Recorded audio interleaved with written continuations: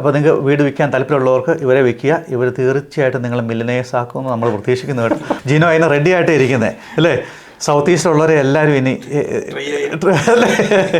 അതായത് നമുക്ക് അർഹതപ്പെട്ട പൈസ നമുക്ക് കിട്ടണം. നമ്മൾ വളരെയധികം ബുദ്ധിമുട്ടി കഷ്ടപ്പെട്ട് അധ്വാനിച്ചുണ്ടാക്കിയ വീടാണ്. തീർച്ചയായിട്ടും അതിനുള്ളത് കിട്ടണം.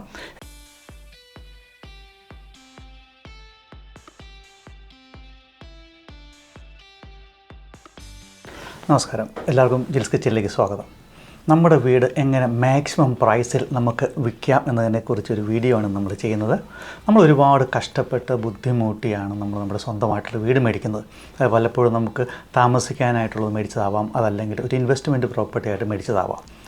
എന്തായിരുന്നാലും നമ്മളത് വിൽക്കുമ്പോൾ അതിൻ്റെ അർഹതപ്പെട്ട പ്രൈസ് നമുക്ക് കിട്ടണം. പലപ്പോഴും നമ്മൾ അണ്ടർ ദ മാർക്കറ്റ് പ്രൈസ് വയ്ക്കും, അതല്ലെങ്കിൽ ചില സമയങ്ങളിൽ നമ്മൾ ഗ്രീഡിയായി പോയിട്ട് നമുക്ക് കിട്ടേണ്ട അർഹതപ്പെട്ട പ്രൈസ് നമുക്ക് കിട്ടാറില്ല. അപ്പോൾ അതെന്തുകൊണ്ടാണ് നമുക്ക് കിട്ടാത്തത്, അത് എങ്ങനെ നമുക്ക് നമ്മുടെ അർഹതപ്പെട്ട പൈസ നമുക്ക് മേടിച്ചെടുക്കാം എന്നതിനെക്കുറിച്ച് നമ്മളിന്ന് നമ്മുടെ കൂടെയുള്ളത് ആൻ്റോണിയും അതേപോലെ ജിനോയുമാണ്. ഇവർ രണ്ടുപേരും റിയൽ എസ്റ്റേറ്റ് ഏജൻസി നടത്തുന്ന ആൾക്കാരാണ്. ആൻ്റോണി ഏജൻസി HQ എന്ന റിയൽ എസ്റ്റേറ്റ് ഏജൻസിൻ്റെ ഡയറക്ടറാണ്.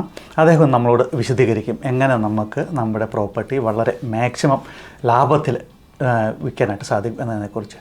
ആൻ്റണി നമസ്കാരമുണ്ട്. നമസ്കാരം ഗിൽസേ. നമസ്കാരം. നമസ്കാരം. എന്നാണ് വിശേഷം? നല്ല വിശേഷം. അങ്ങനെ പോകുന്നു. നാട്ടിലെ എറണാകുളത്താണ്. പള്ളിപ്പുറത്താണ് എൻ്റെ വീട്. എറണാകുളംകാരനാണ്. ജിനോയോ? ആലുവ. ഓക്കെ. നിങ്ങൾ രണ്ടുപേരും ഓസ്ട്രേലിയ വന്നതിന് ശേഷം കണ്ടുമുട്ടിയ ആൾക്കാരാണോ അതോ? ഇവിടെ വെച്ച് പരിചയപ്പെട്ടു. നമ്മുടെ വീട് അധികം ആണല്ലേ? അങ്ങനെ പരിചയപ്പെട്ടാണ്. അപ്പോൾ നിങ്ങൾ റിയൽ എസ്റ്റേറ്റിലേക്ക് വരാൻ എന്താണ് കാരണം? അത് എവിടെയാണ് നിങ്ങളുടെ ലൊക്കേഷൻ? ഞാനൊരു ബിസിനസ് ടീച്ചറാണ്. അതോടൊപ്പം തന്നെ ബിസിനസ് ചെയ്യണമെന്നുള്ള ആഗ്രഹം ഭയങ്കര തീക്ഷ്ണമായിട്ടുണ്ടായിരുന്നു. അപ്പോൾ അതുമായി ബന്ധപ്പെട്ട് ലാസ്റ്റ് 5 years ആയിട്ട് ഈ റിയൽ എസ്റ്റേറ്റ് രംഗത്ത് വളരെ സജീവമായിട്ടുണ്ട്.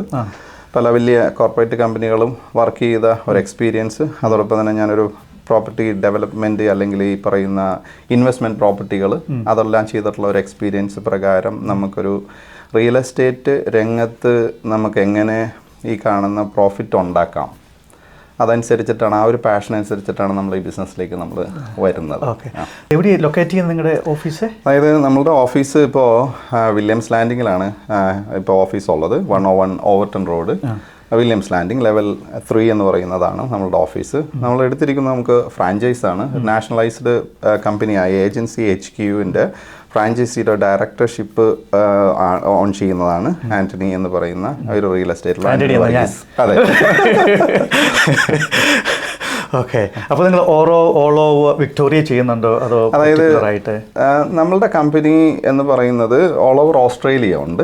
അതിൻ്റെ അകത്ത് മെൽബൺ വെസ്റ്റ് എന്ന് പറയുന്നതിലെ ഫ്രാഞ്ചൈസിയാണ് നമ്മൾ എടുത്തിരിക്കുന്നത്. അതെ. മെൽബണിലെ ഫ്രാഞ്ചൈസി ഓൾ ഓവർ വിക്ടോറിയ ചെയ്യുമോ അതോ ഈ വെസ്റ്റ് മാത്രമേ ചെയ്യുന്നുള്ളൂ? നമ്മളെ സംബന്ധിച്ചിടത്തോളം നമ്മൾ എക്സ്പാൻഡ് ചെയ്യുന്നുണ്ട്. ഇപ്പം നമ്മൾ കഴിഞ്ഞ 14 മാസമായിട്ട് മെൽബൺ വെസ്റ്റ് ഒന്ന് കവർ ചെയ്തുകൊണ്ടിരിക്കുന്നു. ഇപ്പോൾ കഴിഞ്ഞ 6 മാസമായിട്ട് നമുക്ക് ക്രാൻബേൺ, ബെറിക്ക് ആ ഏരിയയിലേക്ക് നമ്മുടെ ബിസിനസ് എക്സ്പാൻഡ് ചെയ്യുന്നു. ജിനോ മാത്രമുള്ള ബ്ലസ് നിങ്ങൾ രണ്ടുപേരല്ലേ? പിന്നെ വേറെ 2 പേരുണ്ട്. ആണല്ലേ? നിങ്ങൾ ഏതൊക്കെ ഏരിയയാണ് കവർ ചെയ്യുന്നത്? ഞാൻ ഡാൻഡിനോ ഉണ്ട്, ബെറിക്ക്, പിന്നെ ഓഫീസർ, പാക്കിനാം, ക്രാൻബേൺ, ലിംബ്രൂക്ക്, ഇൻഡസ്ട്രിയൽ. ആണല്ലേ? ഓക്കെ. അപ്പോൾ ആൻ്റണി, നമ്മുടെ മലയാളികൾ ഇപ്പം ഇവിടെ വന്നിട്ട് ഏകദേശം ഒരു നല്ലൊരു എമൗണ്ട് ആൾക്കാരും വന്നിട്ട് ഒരു 15-20 കൊല്ലത്തോളമായി. തീർച്ചയായിട്ടും. അപ്പോൾ ഇതിൻ്റെ നമ്മൾ പല ആൾക്കാരും വീട് മേടിക്കാറുണ്ട്, പല വീടുകൾ മേടിക്കാറുണ്ട്, പല വീടുകൾ വിൽക്കാറുമുണ്ട്. പലപ്പോഴും നമുക്ക് ആ വീടിൻ്റെ നല്ലൊരു പ്രൈസ് കിട്ടാറില്ല. ആ നല്ല പ്രൈസ് കിട്ടാത്തത് നമ്മുടെ കയ്യിലുള്ള എന്താ പറയുക പല കാരണങ്ങൾ കാണും. നമ്മൾ പുതിയൊരു മൈഗ്രേഷനാണ് അങ്ങോട്ട് വരുന്നത്. മാർക്കറ്റിനെ കുറിച്ച് പഠിച്ചു വരുന്നുള്ളൂ, എങ്ങനെയാണ് കാര്യങ്ങൾ വർക്ക് ചെയ്യുന്നതിനെക്കുറിച്ച്. അപ്പോൾ നമുക്ക് എന്താണ് ഫസ്റ്റ് സ്റ്റെപ്പ് നമുക്ക് ചെയ്യേണ്ടത് ഒരു പ്രോപ്പർട്ടി വിൽക്കുമ്പോൾ? അതായത് ഈ പ്രോപ്പർട്ടി നമ്മൾ വിൽക്കാൻ ശ്രമിക്കാൻ നേരത്ത് റിയൽ എസ്റ്റേറ്റിൽ 2 തരത്തിലുള്ള പ്രോപ്പർട്ടികളാണ് ഞങ്ങൾ ഡീൽ ചെയ്യുന്നത്. അതായത് ഓണർ ഓക്യുപ്പൈഡ് ആയിട്ടുള്ള പ്രോപ്പർട്ടിയും ഒന്ന് ഇൻവെസ്റ്റ്മെൻറ്റ് പ്രോപ്പർട്ടിയും.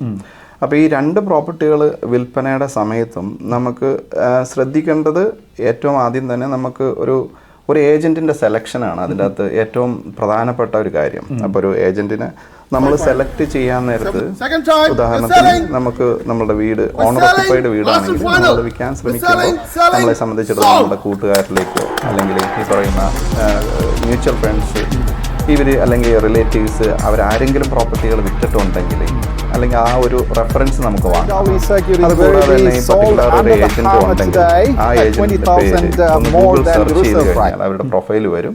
അതിൻ്റെ അകത്തുള്ള ഒരു റിവ്യൂസ് നമുക്ക് എടുത്തുകൊണ്ട് ആ ഏജന്റിന്റെ സെലക്ഷൻ പ്രോസസ്സ് നമുക്ക് പൂർത്തിയാക്കാം. ഓക്കെ. അപ്പോൾ ഈ ഏജന്റിന്റെ സെലക്ഷൻ പ്രോസസ്സിലാണ് നമ്മളുടെ ഈ സക്സസ്ഫുൾ ആയിട്ടൊരു സെയിൽ നമുക്ക് എക്സ്പെക്റ്റഡ് പ്രൈസിലേക്ക് നമുക്ക് എത്തും. കാരണം നമ്മൾ വൺസ് ഒരു ഏജന്റിനെ സെലക്ട് ചെയ്ത് അതോറിറ്റി, അതായത് നമ്മൾ എക്സ്ക്ലൂസീവ് അതോറിറ്റി അല്ലേ അവർക്ക് കൊടുക്കുന്നത്, ആ എക്സ്ക്ലൂസീവ് അതോറിറ്റി പീരീഡ് എന്ന് പറഞ്ഞു കഴിഞ്ഞാൽ മിനിമം ഒരു 120 ഡേയ്സ് പ്ലസ് കണ്ടിന്യൂസ് അതോറിറ്റി നമുക്കുണ്ടാവും. ഈ സമയത്ത് നമ്മളൊരു വേറൊരു ഏജന്റിനെ നമുക്ക് അപ്പോയിന്റ് ചെയ്യാനായിട്ടുള്ള ഓപ്ഷൻ ഇല്ല. അപ്പോയിന്റ് ചെയ്യാം, പക്ഷേ എൻഡ് ഓഫ് ദി ഡേ ഒരു ഏജന്റ് അത് വിറ്റ് കഴിഞ്ഞാൽ ഈ രണ്ട് ഏജന്റും കമ്മീഷൻ ക്ലെയിം ചെയ്യപ്പെടും. അപ്പോൾ അതിൻ്റെ പേരിൽ 120 ഡേയ്സ് നമ്മൾ ഒരു ഏജന്റിനെ നമ്മൾ അപ്പോയിന്റ് ചെയ്യാൻ നേരത്ത് ആ സെലക്ഷൻ പ്രോസസ്സ് വളരെ ഇമ്പോർട്ടൻ്റ് ആണ്. അപ്പോൾ സെലക്ട് ചെയ്യാൻ നേരത്ത് ഏജന്റിൻ്റെ റിവ്യൂസ് എല്ലാം നോക്കി ഒരു ദിവസം വീട്ടിലേക്ക് ഇൻവൈറ്റ് ചെയ്യാം. അതിനെ നമ്മൾ ഒരു അപ്രൈസൽ ബുക്കിംഗ് എന്ന് പറഞ്ഞിട്ട് അപ്രൈസൽ ഒരു അപ്പോയിൻമെൻറ്റ് ചെയ്യുക. ഏജൻറ്റ് വീട്ടിലേക്ക് വരുന്നു. നമ്മളുടെ വീടിൻ്റെ ഹോം ടൂർ നടത്തി കഴിഞ്ഞ് കഴിയുമ്പോൾ അദ്ദേഹം തന്നെ നമ്മളോട് ചില കാര്യങ്ങൾ സംസാരിക്കും. അതായത് ഇതാണ് ഇതിൻ്റെ എക്സ്പെക്റ്റഡ് പ്രൈസ് എന്ന് പറയുന്നത്, ഇന്ന ടൈമിങ്ങിൽ ഇത് മാർക്കറ്റിലേക്ക് പോയാൽ ഇങ്ങനെ ഒരു പ്രൈസ് അച്ചീവ് ചെയ്യാൻ സാധിക്കും. ഇതിന് വേണ്ടി വരുന്ന വ്യത്യാസങ്ങൾ, അതായത് മാർക്കറ്റിംഗ് എന്ന് പറയുന്നതിന് എന്തൊക്കെ സ്ട്രാറ്റജീസ് നമ്മൾ ചെയ്യണം, അതോടൊപ്പം തന്നെ നമുക്ക് ഇതിന് പ്രസൻറ്റേഷന് വേണ്ടി എന്തൊക്കെ ചെയ്യണം. അതായത് ഒരു വീട്ടിൽ നമ്മൾ കുറേ നാൾ താമസിച്ചുകൊണ്ടിരിക്കുമ്പോൾ ലാൻഡ്സ്കേപ്പിങ്ങുമായി ബന്ധപ്പെട്ട് ചിലപ്പോൾ വീടുകൾ വളർന്നിട്ടുണ്ടാവും, അതൊക്കെ എങ്ങനെ കട്ട് ചെയ്യാം. അതോടൊപ്പം തന്നെ നമ്മുടെ വീട് ഉപയോഗിച്ചുകൊണ്ടിരിക്കുമ്പോൾ വെയർ ആൻഡ് ടയർ ഉണ്ടാവും, അതിന് കോസ്മെറ്റിക്കലായിട്ട് എങ്ങനെയൊക്കെ നമുക്ക് കുറച്ച് പെയിൻറ്റിങ് ഒക്കെ ചെയ്ത് അല്ലെങ്കിൽ ചില എന്താ പറയുക ഡാമേജസ് ഒക്കെ ഉണ്ടെങ്കിൽ അതൊക്കെ റിപ്പയർ വർക്കൊക്കെ ചെയ്ത് എത്രത്തോളം പ്രസൻറ്റബിൾ ആയിട്ട് അത് മുമ്പോട്ട് പോകാം. അതോടൊപ്പം തന്നെ നമുക്ക് കിടക്കുന്ന ഫർണിച്ചർ ചിലപ്പോൾ പ്രസൻറ്റബിൾ ആയിരിക്കുമല്ലോ, അപ്പോൾ നമുക്കത് പാർഷ്യൽ സ്റ്റേജിങ് ചെയ്യണോ, അല്ലെങ്കിൽ ആ സ്റ്റേജിങ് ചെയ്താൽ എന്തൊക്കെ ഭംഗി ഇതിന് കൂട്ടാൻ പറ്റും. കൂടാതെ ചിലപ്പോൾ നമ്മുടെ കേർട്ടൻസ് ചിലപ്പോൾ നാട്ടിൽ നിന്ന് കൊണ്ടുവന്ന ഒത്തിരി കേർട്ടൻസ് ഒക്കെ വീട്ടിൽ കിടപ്പുണ്ടാവും, ചിലപ്പോൾ നമുക്കത് പ്രസൻറ്റബിൾ ആയിരിക്കുമല്ലോ. അപ്പോൾ അതൊക്കെ എങ്ങനെ അവോയ്ഡ് ചെയ്ത് അല്ലെങ്കിൽ അതിൻ്റെ കളർ കോമ്പിനേഷൻ എങ്ങനെ അത് നമുക്ക് നന്നാക്കി പ്രസൻറ്റബിൾ ആക്കാം. അപ്പോൾ ഒരു പ്രോപ്പർട്ടിയുടെ വാല്യൂ കൂട്ടുന്നതിന് അല്ലെങ്കിൽ വാല്യൂ നമ്മൾ മാക്സിമൈസ് ചെയ്യുന്നതിന് ശ്രദ്ധിക്കേണ്ട ഘടകങ്ങൾ ഒന്ന് ഒരു നല്ലൊരു ഏജൻറ്റിനെ സെലക്ട് ചെയ്യാം. ഈ ഏജൻറ്റ് ക്വാളിറ്റി ഉള്ളത് അല്ലെങ്കിൽ ആ കഴിവുള്ള ഏജൻറ്റാണെന്ന് നമ്മൾ മനസ്സിലാക്കുക. അതെങ്ങനെ മനസ്സിലാക്കുമെന്ന് പറഞ്ഞാൽ നമ്മൾ പ്രൈസിൽ നടത്തുമ്പോൾ നമുക്ക് സംസാരിക്കാം. അദ്ദേഹം നടത്തുന്ന ഓപ്പൺ ഇൻസ്പെക്ഷനിൽ നമ്മൾക്ക് പോകാം. ആ ഓപ്പൺ ഇൻസ്പെക്ഷനിൽ പോകുമ്പോൾ അദ്ദേഹം നടത്തുന്ന സംസാരം അല്ലെങ്കിൽ നെഗോഷിയേഷൻ അത് വളരെ ഇമ്പോർട്ടൻ്റ് ആണ്. ഒരു കമ്മ്യൂണിക്കേഷൻ സ്കില്ല് വളരെ ഇമ്പോർട്ടൻ്റ് ആണ്, നെഗോഷിയേഷൻ സ്കില്ല് വളരെ ഇമ്പോർട്ടൻ്റ് ആണ്. ഈ ക്വാളിറ്റിയൊക്കെ ഉണ്ടെങ്കിൽ നമ്മൾ നെക്സ്റ്റ് സ്റ്റെപ്പിലേക്ക് പോകാം. നെക്സ്റ്റ് സ്റ്റെപ്പ് എന്ന് പറഞ്ഞു കഴിഞ്ഞാൽ അദ്ദേഹത്തിനോട് ചോദിക്കാം, എന്താണ് നമ്മളുടെ പ്ലാനിങ്, എൻ്റെ വീട് വിൽക്കണമെങ്കിൽ എന്താണ് നിങ്ങൾ പ്ലാൻ ചെയ്യുന്നത്. കാരണം പ്ലാനിങ് എന്ന് പറഞ്ഞു കഴിഞ്ഞാൽ ഒരു ടൈമിങ് വളരെ ഇമ്പോർട്ടൻ്റ് ആണ്. ഒരു പ്രോപ്പർട്ടി മാർക്കറ്റിലേക്ക് പോകേണ്ട സമയം ഇമ്പോർട്ടൻ്റ് ആണ്. പ്രത്യേകിച്ച് വിൻ്റർ സീസണിൽ അല്ലെങ്കിൽ ഈ ഹോളിഡേ പീരിയഡിൽ ഈ പ്രോപ്പർട്ടി മാർക്കറ്റിലേക്ക് പോയാൽ നമ്മൾ ഉദ്ദേശിക്കുന്ന വാല്യൂയിലേക്ക് ഈ പ്രോപ്പർട്ടി വരണമെന്ന് നിർബന്ധമില്ല. അപ്പോൾ ഇത്രയും ഫാക്ടേഴ്സ് ടൈമിങ് നമ്മൾ ഇമ്പോർട്ടൻ്റ് ആയിട്ട് ശ്രദ്ധിച്ചു. കൂടാതെ തന്നെ നമ്മളെ സംബന്ധിച്ചിടത്തോളം ഈ പ്രോപ്പർട്ടി നമ്മൾ ഏത് മെത്തേഡ് ഓഫ് സെയിൽ യൂസ് ചെയ്യണം, അതായത് ഓഫ് മാർക്കറ്റ് വേണോ അല്ലെങ്കിൽ ഓൺലൈൻ മാർക്കറ്റ്, പ്രൈവറ്റ് സെയിൽ അല്ലെങ്കിൽ ഓപ്ഷൻ, ഈ മെത്തേഡുകളൊക്കെ ആണ് കമ്പൈൻ ചെയ്ത് ഈ പ്രോപ്പർട്ടീൻ്റെ ഹയസ്റ്റ് വാല്യൂയിലേക്ക് നമ്മൾ എത്തിക്കാൻ ശ്രമിക്കുന്നത്. അപ്പോൾ എല്ലാ പ്രോപ്പർട്ടികളും ചിലപ്പോൾ ഈ രണ്ട് മെത്തേഡുകൾക്ക് സൂട്ടബിൾ ആയിരിക്കുമല്ലോ. ചിലപ്പോൾ പ്രൈവറ്റ് സെയിൽ എന്ന് പറയുന്ന ആ ഒരു മെത്തേഡ് എന്ന് പറയുന്നത് ചിലപ്പോൾ ചില ഏരിയകളിൽ സൂട്ടബിൾ ആയിരിക്കില്ല. ചിലപ്പോൾ അവിടെ ഒത്തിരി ഡിമാൻഡ്സ് ഉണ്ടാവും പ്രോപ്പർട്ടികൾക്ക്, അല്ലെങ്കിൽ ഹയസ്റ്റ് ബിഡേഴ്സ് അവിടെ ഉണ്ടാവാൻ സാധ്യത ഉണ്ടെങ്കിൽ അത് നമ്മൾ ഓപ്ഷനിലേക്ക് നമ്മൾ സജസ്റ്റ് ചെയ്യുന്നു. അല്ല, ഓപ്ഷൻ എല്ലാ പ്രോപ്പർട്ടികൾക്കും ഓപ്ഷൻ ചിലപ്പോൾ പറ്റിയെന്ന് വരില്ല. ചിലപ്പോൾ ഈ വാങ്ങുന്ന ബയേഴ്സിന് അവർക്ക് ചിലപ്പോൾ അൺകണ്ടീഷണൽ ഓഫേഴ്സ് കൊടുക്കാനായിട്ട് സാധിക്കില്ല. കാരണം ഓപ്ഷനിലേക്ക് പോകാൻ നേരത്തെ അത് അൺകണ്ടീഷണൽ ഓഫേഴ്സാണ്. ഈ അൺകണ്ടീഷണൽ ഓഫേഴ്സ് നമ്മൾക്ക് എല്ലാവർക്കും ഇപ്പോൾ നമ്മൾ ഫസ്റ്റ് ഹോം ബയേഴ്സ് ആണ് നമ്മുടെ പ്രോപ്പർട്ടി വാങ്ങാൻ വരുന്നതെങ്കിൽ അവർക്ക് ഒരിക്കലും അൺകണ്ടീഷണൽ ഓഫേഴ്സ് കൊടുക്കാൻ പറ്റില്ല. അപ്പോൾ അവർ സംബന്ധിച്ചിടത്തോളം ഓപ്ഷൻ പാർട്ടിസിപ്പേറ്റ് ചെയ്യാനായിട്ട് അവർ ശ്രമിക്കാറില്ല. അപ്പോൾ നമുക്ക് ആ കാറ്റഗറി ഓഫ് ബയേഴ്സ് മാറി. അപ്പോൾ നമ്മൾ നേരത്തെ പറഞ്ഞ പോലെ ഹയസ്റ്റ് വാല്യൂയിലേക്ക് നമ്മളുടെ പ്രോപ്പർട്ടി വിൽക്കപ്പെടണമെങ്കിൽ നമ്മൾ ശ്രദ്ധിക്കേണ്ട കാര്യം സെലക്ഷൻ. ആ സെലക്ഷനിൽ തന്നെ നമ്മൾ റിവ്യൂസ് നോക്കുന്നു, അദ്ദേഹത്തിന് വീട്ടിലേക്ക് വിളിക്കുന്നു, അപ്രൈസിൽ നടത്താൻ നമ്മൾ ആവശ്യപ്പെടുന്നു, നമുക്ക് അദ്ദേഹത്തിന് നമുക്ക് ഇൻ്റർവ്യൂ ചെയ്യാം അല്ലേ, നമ്മൾ അപ്പോയിൻറ്റ് ചെയ്യാൻ പോവുകയല്ലേ. കാരണം എന്ന് വെച്ച് കഴിഞ്ഞാൽ നമ്മളുടെ ഇത്രയും ഒരു 1 മില്യൺ അല്ലെങ്കിൽ 700,000 അല്ലെങ്കിൽ 1 മില്യൺ പ്ലസ് ഉള്ള ഒരു വീട് വിൽക്കാൻ ശ്രമിക്കാൻ നേരത്ത് നമ്മൾ അദ്ദേഹത്തിന് നമ്മൾ അപ്പോയിൻറ്റ് ചെയ്യപ്പെടുമ്പോൾ നമുക്ക് ചോദിക്കാം, സംശയങ്ങൾ നമുക്ക് ചോദിക്കാം. നിങ്ങൾ മാർക്കറ്റിങ്ങിൻ്റെ കോസ്റ്റ് എത്രയാണ്, അതോടൊപ്പം തന്നെ എത്ര നാൾ കൊണ്ട് നമുക്ക് വിൽക്കാൻ പറ്റും, ഈ വിൽക്കാൻ പറ്റുന്നത് അതെങ്ങനെ എൻ്റെ റിസർവ് പ്രൈസ് സെറ്റ് ചെയ്യാൻ പറ്റും, അല്ലെങ്കിൽ ഞാൻ ആഗ്രഹിക്കുന്ന പ്രൈസ് ഇതാണ്, ഈ പ്രൈസിൽ നമുക്ക് വിൽക്കാൻ സാധിക്കുമോ, വിൽക്കാൻ സാധിക്കുന്നില്ലെങ്കിൽ എന്തുകൊണ്ട്, അല്ലെങ്കിൽ വിൽക്കാൻ സാധിക്കുമെങ്കിൽ എത്ര ദിവസം കൊണ്ട് നമുക്കത് വിൽക്കാൻ സാധിക്കും. കൂടാതെ തന്നെ ഈ മാർക്കറ്റിംഗ് കോസ്റ്റ് എത്രയാകും. ഈ മാർക്കറ്റിംഗ് കോസ്റ്റിങ്ങിൽ തന്നെ നമുക്ക് ഒത്തിരി ഓപ്ഷൻസ് ഉണ്ട്. ചിലപ്പോൾ മാർക്കറ്റിംഗ് കോസ്റ്റിൽ തന്നെ നമ്മളെ സംബന്ധിച്ചിടത്തോളം പേ ഓൺ സെയിൽ അല്ലെങ്കിൽ നോ സെൽ നോ ചാർജ് എന്ന് പറയുന്ന ഓപ്ഷൻസ് ഒക്കെ ഉണ്ട്. അപ്പോൾ ഇതെല്ലാനും നമ്മൾ കൃത്യമായിട്ട് ശ്രദ്ധിച്ച് കേട്ടിട്ട് വേണം നമ്മൾ സൈൻ ചെയ്യാനായിട്ട്. അല്ലെങ്കിൽ എൻഡ് ഓഫ് ദി ഡേ നമുക്ക് പലപ്പോഴും സംഭവിക്കാവുന്ന കേസ് എന്ന് പറഞ്ഞാൽ ഈ 120 ഡേയ്സ് മാർക്കറ്റിൽ കിടന്ന് പ്രോപ്പർട്ടി വിൽക്കാൻ പറ്റുന്നില്ല, നിങ്ങളോട് ഞങ്ങൾ ഓഫർ ചെയ്തത് വിറ്റില്ലെങ്കിൽ എനിക്കൊന്നും തരണ്ട എന്നാണല്ലോ. അപ്പോൾ നമ്മളെന്ത് പറയും, നിങ്ങളുടെ അഡ്വർടൈസ്മെൻറ്റ് ഓൺലൈനിൽ കിടപ്പുണ്ട്, അത് എടുക്കാനായിട്ട് അല്ലെങ്കിൽ ടേക്ക് ഓഫ് ചെയ്യാൻ പറയുമ്പോൾ അവരത് എടുക്കില്ല. മാർക്കറ്റിംഗ് കോസ്റ്റ് കൊടുക്കാതെ നമ്മളത് പിൻവലിക്കാൻ പറ്റില്ല എന്ന് പറയും. അപ്പോൾ ഇതെല്ലാം ഓരോ ക്യാച്ചുകളാണ്. അപ്പോൾ നമ്മൾ കൃത്യമായിട്ട് നമ്മൾ മനസ്സിലാക്കി അത് മുമ്പോട്ട് പോകുവാണെങ്കിൽ നമുക്ക് മാക്സിമൈസ് ചെയ്ത് നമുക്ക് വിൽക്കാൻ ഉദ്ദേശിക്കുന്ന പ്രോപ്പർട്ടി വിൽക്കാൻ പറ്റും. ഇത് ഓണർ ഓക്യുപ്പൈഡ് പ്രോപ്പർട്ടിയുടെ കാര്യം മാത്രമാണ്. ഇനി ഇൻവെസ്റ്റ്മെൻറ്റ് പ്രോപ്പർട്ടിയിലുണ്ട്. ആ ഇൻവെസ്റ്റ്മെൻറ്റ് പ്രോപ്പർട്ടിയാണ് വിൽക്കാൻ ശ്രമിക്കുന്നതെങ്കിൽ നമുക്കൊരു ടെനൻറ്റ് വീട്ടിലുണ്ടാകും. അപ്പോൾ ആ ടെനൻറ്റ് എന്ന് പറയുന്നത് 12 മാസത്തെ കോൺട്രാക്റ്റിൽ അദ്ദേഹം അവിടെ ഉണ്ട്. ഈ 12 മാസത്തിൻ്റെ ഉള്ളിലാണ് നമ്മൾ വീട് വിൽക്കാൻ ഉദ്ദേശിക്കുന്നതെങ്കിൽ ഈ 12 മാസത്തെ ടെനൻസി പീരിയഡ് കഴിയാതെ ഓണർ ഓക്യുപ്പൈഡ് ആകുന്ന അല്ലെങ്കിൽ ഓണേഴ്സ് ആകണമെന്ന് ആഗ്രഹിച്ച് വീട്ടിലേക്ക് കയറാൻ പോകുന്നവർക്ക് ഇത് സ്യൂട്ടബിൾ അല്ല. അപ്പോൾ അവരെ സംബന്ധിച്ചിടത്തോളം ആ വീട് വാങ്ങുന്നതിന് കുറച്ച് മടിക്കും. കാരണം 12 മാസം കോൺട്രാക്ട് പീരീഡ് ഉള്ള ഒരു ടെനൻറ്റ് വീട്ടിലുണ്ട്. ഓണർ ഓക്യുപ്പൈഡ് വീട് മേടിക്കും എന്നാണ് നമ്മൾ ആദ്യത്തെ നമ്മുടെ സ്റ്റെപ്പ്. അതെ. പിന്നെ രണ്ടാമത്തതാണ് നമ്മൾ ഇൻവെസ്റ്റ്മെന്റ് എന്ന് പറയുന്നത്. അതൊരു രണ്ടാമത്തെ സ്റ്റേജ് ആയിട്ട് വരും. തീർച്ചയായിട്ടും. അപ്പോൾ ഈ ഓണർ ഓക്യുപ്പൈഡ് വീട് വിൽക്കുമ്പോൾ നമ്മൾ തീരുമാനിക്കുമ്പോൾ അതിൻ്റെ സ്റ്റേജിങ് നടത്തുന്നത് വളരെ ഇമ്പോർട്ടൻ്റ് ആണോ അല്ലയോ?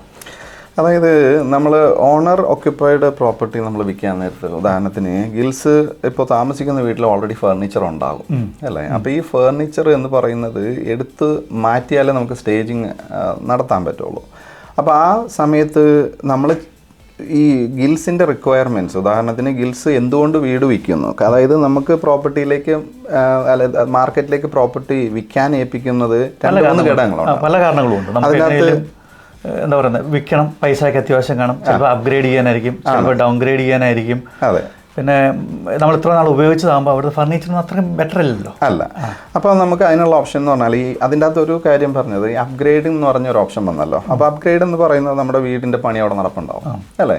അപ്പോൾ നമ്മളുടെ വീടിൻ്റെ പണി താക്കോല് കിട്ടാനായിട്ടുള്ള സമയമായി, അപ്പോൾ എൻ്റെ വീട് വിൽക്കണം. അങ്ങനെയാണെങ്കിൽ വളരെ എളുപ്പമാണ്. കാരണം എന്ന് വെച്ച് കഴിഞ്ഞാൽ നിങ്ങളെ സംബന്ധിച്ചിടത്തോളം നിങ്ങളുടെ PCI പുതിയ വീടിൻ്റെ PCI കഴിഞ്ഞ് കഴിയുമ്പോഴേക്കും നമ്മൾ ഏജൻറ്റിന് അപ്പോയിൻമെൻറ്റ് ചെയ്തു.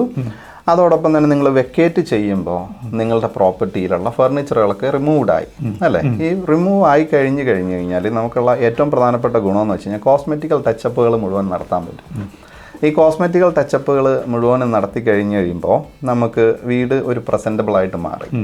അതിനുശേഷമാണ് നമ്മൾ ഈ സ്റ്റേജിങ്ങിനുള്ള ഓപ്ഷൻ കൊടുക്കുന്നത്. ഈ സ്റ്റേജിങ്ങിനുള്ള ഓപ്ഷൻ എന്ന് പറഞ്ഞു കഴിഞ്ഞാൽ നമ്മൾ ആ പ്രോപ്പർട്ടിക്ക് അനുയോജ്യമായിട്ടുള്ള ഫർണിച്ചറുകൾ നമ്മൾ അവിടെ കൊണ്ടുപോയിട്ട് കഴിഞ്ഞാൽ നമ്മളിപ്പോൾ ഡിസ്പ്ലേ ഹോമുകൾ കാണാൻ പോകുമ്പോൾ കാണാനായിട്ട് വരുന്ന ആൾക്കാർക്ക് അവർക്കത് റിലേറ്റ് ചെയ്യാൻ പറ്റും. അങ്ങനെ അതൊരു മെത്തേഡാണ്. പക്ഷേ അതൊരു കമ്പൽസറി ആണെന്ന് വെച്ചാൽ നമ്മൾക്ക് അതൊരു സിറ്റുവേഷനിൽ നിങ്ങൾ വേക്കൻ്റ് ആയ പ്രോപ്പർട്ടിക്കാണ് നമ്മൾ സ്റ്റേജിങ് നമ്മൾ റെക്കമെൻഡ് ചെയ്യുന്നത്. പക്ഷേ അതിന് കോസ്റ്റ് ഉണ്ട്. പക്ഷേ ആ കോസ്റ്റ് നമ്മൾ കിട്ടാൻ പോകുന്ന പ്രോഫിറ്റിൻ്റെ മാക്സിമൈസേഷനുമായിട്ട് നമ്മൾ കണക്ട് ചെയ്യുമ്പോൾ ഇറ്റ്സ് ആയിരിക്കുള്ളൂ. ഇതിൻ്റെ ഒക്കെ ഏറ്റവും പ്രധാനമായിട്ട് മറ്റൊരു കാര്യം ചോദിക്കാനുള്ളത്, നമ്മുടെ ഏജൻസിനെ ചൂസ് ചെയ്യുക അത്ര എളുപ്പമല്ല. അതാണ് ഏറ്റവും ഇമ്പോർട്ടൻ്റ് ആയിട്ടുള്ളതും. റൈറ്റ് ഏജൻസിനെ കിട്ടണം നമുക്ക്. കാരണം നമുക്ക് മാക്സിമം പ്രൈസ് കിട്ടണമെന്നുണ്ടെങ്കിൽ മാക്സിമം സെല്ല് ചെയ്യുന്നതായിരിക്കണം. അതിന് യാഥാർത്ഥ്യബോധവും കൂടെ വേണം. ഇപ്പം ഞാനൊരു പ്രോപ്പർട്ടി 400,000 മേടിച്ചു. എനിക്ക് ആ പ്രോപ്പർട്ടി 1 million വിൽക്കാനാണ് താല്പര്യം. പക്ഷേ മാർക്കറ്റിലുള്ളൊരു ആ പ്രൈസ് തരില്ല. അപ്പം ഞാൻ ഈ ഏജൻറ്റ് ചിലപ്പം നമ്മുടെ കയ്യിൽ നിന്ന് പ്രോപ്പർട്ടി സെല്ല് ചെയ്യാൻ വേണ്ടി പുള്ളിക്ക് വിൽക്കണമെന്നുണ്ടെങ്കിൽ ചിലപ്പം ഏകദേശം ഞാൻ ചോദിക്കുന്ന പ്രൈസ് തന്നെ പുള്ളി പറയും, അത് മേടിച്ച് തരാമെന്ന് പറയും. പലപ്പോഴും സാധിക്കില്ല. കാരണം അത് ഏജൻറ്റിന് കുറ്റമെന്ന് പറയാൻ പറ്റില്ല. ഞാൻ ആ പ്രൈസ് കിട്ടിയാലേ നമുക്ക് നിങ്ങൾക്ക് സെല്ല് ചെയ്യാനായിട്ട് തരുള്ളൂ. പക്ഷേ ഈ ഒരു യാഥാർത്ഥ്യ ബോധം എങ്ങനെ നമുക്ക് ഉണ്ടാക്കാൻ പറ്റും ആ പ്രോപ്പർട്ടിയുടെ വില? അത് നമ്മൾ ശരിയാണ്. ഈ ഗിൽസ് പറഞ്ഞ ചോദ്യം വളരെ ഇമ്പോർട്ടൻ്റ് ആണ്. പ്രത്യേകിച്ച് ഈ മാർക്കറ്റിൽ 2-3 തരത്തിൽ നമ്മൾ അപ്രൈസൽ നടത്തും. അതെ, കാരണം എന്ന് വെച്ച് കഴിഞ്ഞാൽ ഒരു പ്രോപ്പർട്ടിയിലേക്ക് നമ്മൾ ഒരു പുതിയ ഏജൻറ്റ് വരാൻ നേരത്ത് അദ്ദേഹം ശ്രമിക്കുന്നത് മുഴുവൻ ഒരു ലിസ്റ്റിംഗ് കിട്ടണം. ആ ലിസ്റ്റിംഗ് എന്ന് പറഞ്ഞാൽ ഒരു വീട് വിൽക്കാൻ കിട്ടണം. അപ്പോൾ മാത്രമേ അവരെ സംബന്ധിച്ചിടത്തോളം നമുക്ക് ഉണ്ടാവുള്ളൂ. അപ്പോൾ എന്താ ചെയ്യുന്നത് വെച്ച് കഴിഞ്ഞാൽ ഗിൽസ് വീട് വിൽക്കാൻ ഉണ്ടെങ്കിൽ ഗിൽസ് ഈ പർട്ടിക്കുലർ ഏജന്റിനെ അപ്രോച്ച് ചെയ്യുമ്പോൾ ഗിൽസിന് കേൾക്കാൻ താല്പര്യമുള്ളതായിരിക്കുമല്ലോ അദ്ദേഹം പറയുന്നത്. അല്ലേ? ഗിൽസിന് കേൾക്കാൻ താല്പര്യമുള്ളത് പറയുന്ന ഏജന്റിനെ ആയിരിക്കുമല്ലോ ഗിൽസിന് ഇഷ്ടം. അതെ, മറ്റ് ഡാറ്റകൾ എങ്ങനെയൊക്കെയാണ്? അപ്പോൾ ഒരു സ്ഥലത്ത് ഇപ്പോൾ എനിക്ക് എൻ്റെ പ്രോപ്പർട്ടി വിൽക്കണം, ഇവിടെ ഈ ഏരിയയിലൊന്ന് കൂട്ടിക്കോ. അപ്പോൾ നമുക്ക് വേണമെങ്കിൽ ഇതിനു മുമ്പ് ഒരു 4-5 മാസങ്ങൾക്കകത്ത് വിറ്റിരിക്കുന്ന പ്രോപ്പർട്ടിയുടെ വാല്യൂ എടുക്കുകയോ, പിന്നെ വേറെ ഏതൊക്കെ മീൻസ് സൈറ്റിൽ നിന്നൊക്കെയാണ് നമുക്ക് കുറേ കൂടെ ഡാറ്റ കിട്ടാൻ സാധ്യത? കാരണം നമുക്കൊരു യാഥാർത്ഥ്യ ബോധം വേണമല്ലോ. നമുക്ക് എന്ത് വേണമെങ്കിലും ആഗ്രഹിക്കാം, പക്ഷേ കിട്ടണമെന്നില്ല. അതാണ് എൻ്റെ അത് നേരത്തെ പറഞ്ഞ പോലെ നമുക്ക് ഗിൽസ് ഒരു എക്സാമ്പിളായിട്ട് എടുത്തു കഴിഞ്ഞാൽ ഗിൽസ് ആഗ്രഹിക്കുന്നത് ഒരു കാര്യം, റിയലിസ്റ്റിക്കലായിട്ടുള്ളത് രണ്ടാമത്തെ കാര്യം.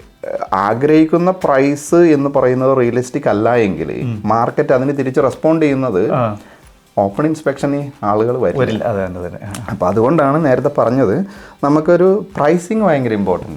ഈ ഡാറ്റാസ് എവിടെ നിന്നൊക്കെ അവൈലബിൾ ആണെന്ന് ചോദിച്ചാൽ ഞങ്ങൾ പ്രൈസിങ്ങിന് വേണ്ടി ഉപയോഗിക്കുന്നത് 2 സോഫ്റ്റ്വെയർസാണ്. ഒന്ന് കോർലോജിക്ക്, പിന്നെ പ്രൈസ് ഫൈൻഡർ. അപ്പോൾ ഇത് 2 വെച്ചിട്ടാണ് നമ്മൾ അപ്രൈസൽ നടത്തുന്നത്. ഈ അപ്രൈസൽ എന്ന് പറയുന്ന വേർഡ് എന്ന് പറയുന്നത് നമ്മളെ സംബന്ധിച്ചിടത്തോളം ഈ സിമിലർ പ്രോപ്പർട്ടി, അതായത് ഗിൽസിൻ്റെ പ്രോപ്പർട്ടിയുടെ ലാൻഡ് സൈസ്, ഉദാഹരണത്തിന് 400 മീറ്റർ സ്ക്വയറിലുള്ള ലാൻഡ്, 4 ബെഡ്റൂം ആണെങ്കിൽ 4 ബെഡ്റൂം, ടോയ്ലറ്റ്, ഷവർ, ഈ 4നെ ബേസ് ചെയ്തിട്ടാണ്. വീടിൻ്റെ സൈസ് ഇമ്പോർട്ടൻ്റ് ആണ്. കാരണം വെച്ചാൽ 400 മീറ്റർ സ്ക്വയർ ലാൻഡിൽ നമ്മൾ unless is A custom 23-24 squares ആണ് മാക്സിമം അതിൻ്റെ അകത്ത് വയ്ക്കാൻ പറ്റുക. അപ്പോൾ അങ്ങനെ നമ്മൾ ഈ ഒരു വീടിൻ്റെ സൈസും കൂടി ഫാക്ടർ ആക്കി അതിൻ്റെ അകത്ത് വെച്ചിട്ട് നമ്മളൊരു അപ്രൈസൽ തയ്യാറാക്കുമ്പോൾ നമ്മൾ സെർച്ച് ചെയ്യുന്നത് ഈ പറയുന്ന 5 കിലോമീറ്റർ റേഡിയസിൽ ഈ ലാൻഡ് സൈസിൽ 400 മീറ്റർ സ്ക്വയർ ലാൻഡ് സൈസിൽ 4 ബെഡ്റൂം, 2 ഗരാജ്, 2 ടോയ്ലറ്റ് അല്ലെങ്കിൽ ഷവർ ഉള്ള വീട് കഴിഞ്ഞ 6 മാസം വിറ്റിരിക്കുന്നതിനെ ബേസ് ചെയ്തിട്ടാണ് നമ്മൾ പ്രൈസിങ്ങിലേക്ക് വരുന്നത്. അപ്പോൾ നമുക്ക് ആക്യുറേറ്റ് ആയിട്ട് അത് പ്രൈസിങ് ആക്യുറസി കിട്ടണമെന്നുണ്ടെങ്കിൽ വീണ്ടും നമ്മൾ ആ വീട്ടിൽ വന്ന് ഈ വീടിൻ്റെ അസസ് ചെയ്യുമ്പോൾ നമുക്ക്, അതായത് വീടുകൾ സാധാരണ സ്റ്റാൻഡേർഡ് വീടുകളുണ്ട്, അപ്ഗ്രേഡഡ് വീടുകളുണ്ട് അല്ലേ? അപ്ഗ്രേഡഡ് വീടുകൾ എന്ന് പറഞ്ഞു കഴിഞ്ഞാൽ നമ്മളിപ്പോൾ മിക്കവാറും പണിയാൻ നേരത്ത് സ്റ്റാൻഡേർഡ് വീടുകളിൽ നിന്ന് നമ്മളിപ്പോൾ ഹൈ സീലിംഗ്, അതായത് 2.7 ഹൈ സീലിംഗ് വേണം. അതോടൊപ്പം തന്നെ ഫ്ലോറിങ് സാധാരണ ലാമിനേറ്റഡിന് പകരം ഹൈബ്രിഡ് ഫ്ലോറിങ് വേണം. ഡക്റ്റഡ് ഹീറ്റിംഗ് കൊണ്ട് ഇവാപ്പറേറ്റഡ് കൂളിങ്ങിന് പകരം റിവേഴ്സ് സൈക്കിൾ കൂളിംഗ് വയ്ക്കണം. 20 mm ബെഞ്ച് ടോപ്പിന് പകരം 40 mm ബെഞ്ച് ടോപ്പ് വേണം. വാട്ടർഫോൾ വേണം, ബൾക്ക് ഹെഡ് വേണം, സ്പ്ലാഷ് ബാക്ക് വേണം, ഡബിൾ ഗ്ലേസ്ഡ് വിൻഡോസ് വേണം, കളർ ബോണ്ട് റൂഫിംഗ് വേണം. അതോടൊപ്പം തന്നെ നമ്മളെ സംബന്ധിച്ച് പെരിമീറ്റർ കോൺക്രീറ്റിംഗ് ചെയ്തിട്ടുണ്ടാവണം. ഈ കോൺക്രീറ്റിങ്ങിൽ തന്നെ ഫ്രണ്ടിൽ അഗ്രിഗേറ്റഡ് ഉണ്ട്, പ്ലെയിൻ കോൺക്രീറ്റ് ഉണ്ട്. അതുകൂടാതെ തന്നെ നമ്മൾ ലാൻഡ്സ്കേപ്പ് ചെയ്യുമ്പോൾ ആർട്ടിഫിഷ്യൽ ഗ്രാസ് ഉണ്ട്, അതോടൊപ്പം തന്നെ സാധാരണ ഗ്രാസ് വേണമെങ്കിൽ ഇടാം. കൂടാതെ തന്നെ നമുക്ക് വെച്ചിരിക്കുന്ന ചെടികളിൽ തന്നെ വ്യത്യാസം ഉണ്ടാകുന്നത്. നമുക്ക് സാധാരണ ചെടികൾ വയ്ക്കാം, അല്ലെങ്കിൽ സാധാരണ ഡിസ്പ്ലേ ഹോമുകൾ കാണുന്നത് പോലുള്ള ചെടികൾ വേണമെങ്കിൽ വയ്ക്കാം. പിന്നെ ബാക്ക് യാർഡ് ചെയ്യുമ്പോഴാണെങ്കിലും നമുക്ക് സ്ക്രീനിങ് ബാംബൂസ് വയ്ക്കാം.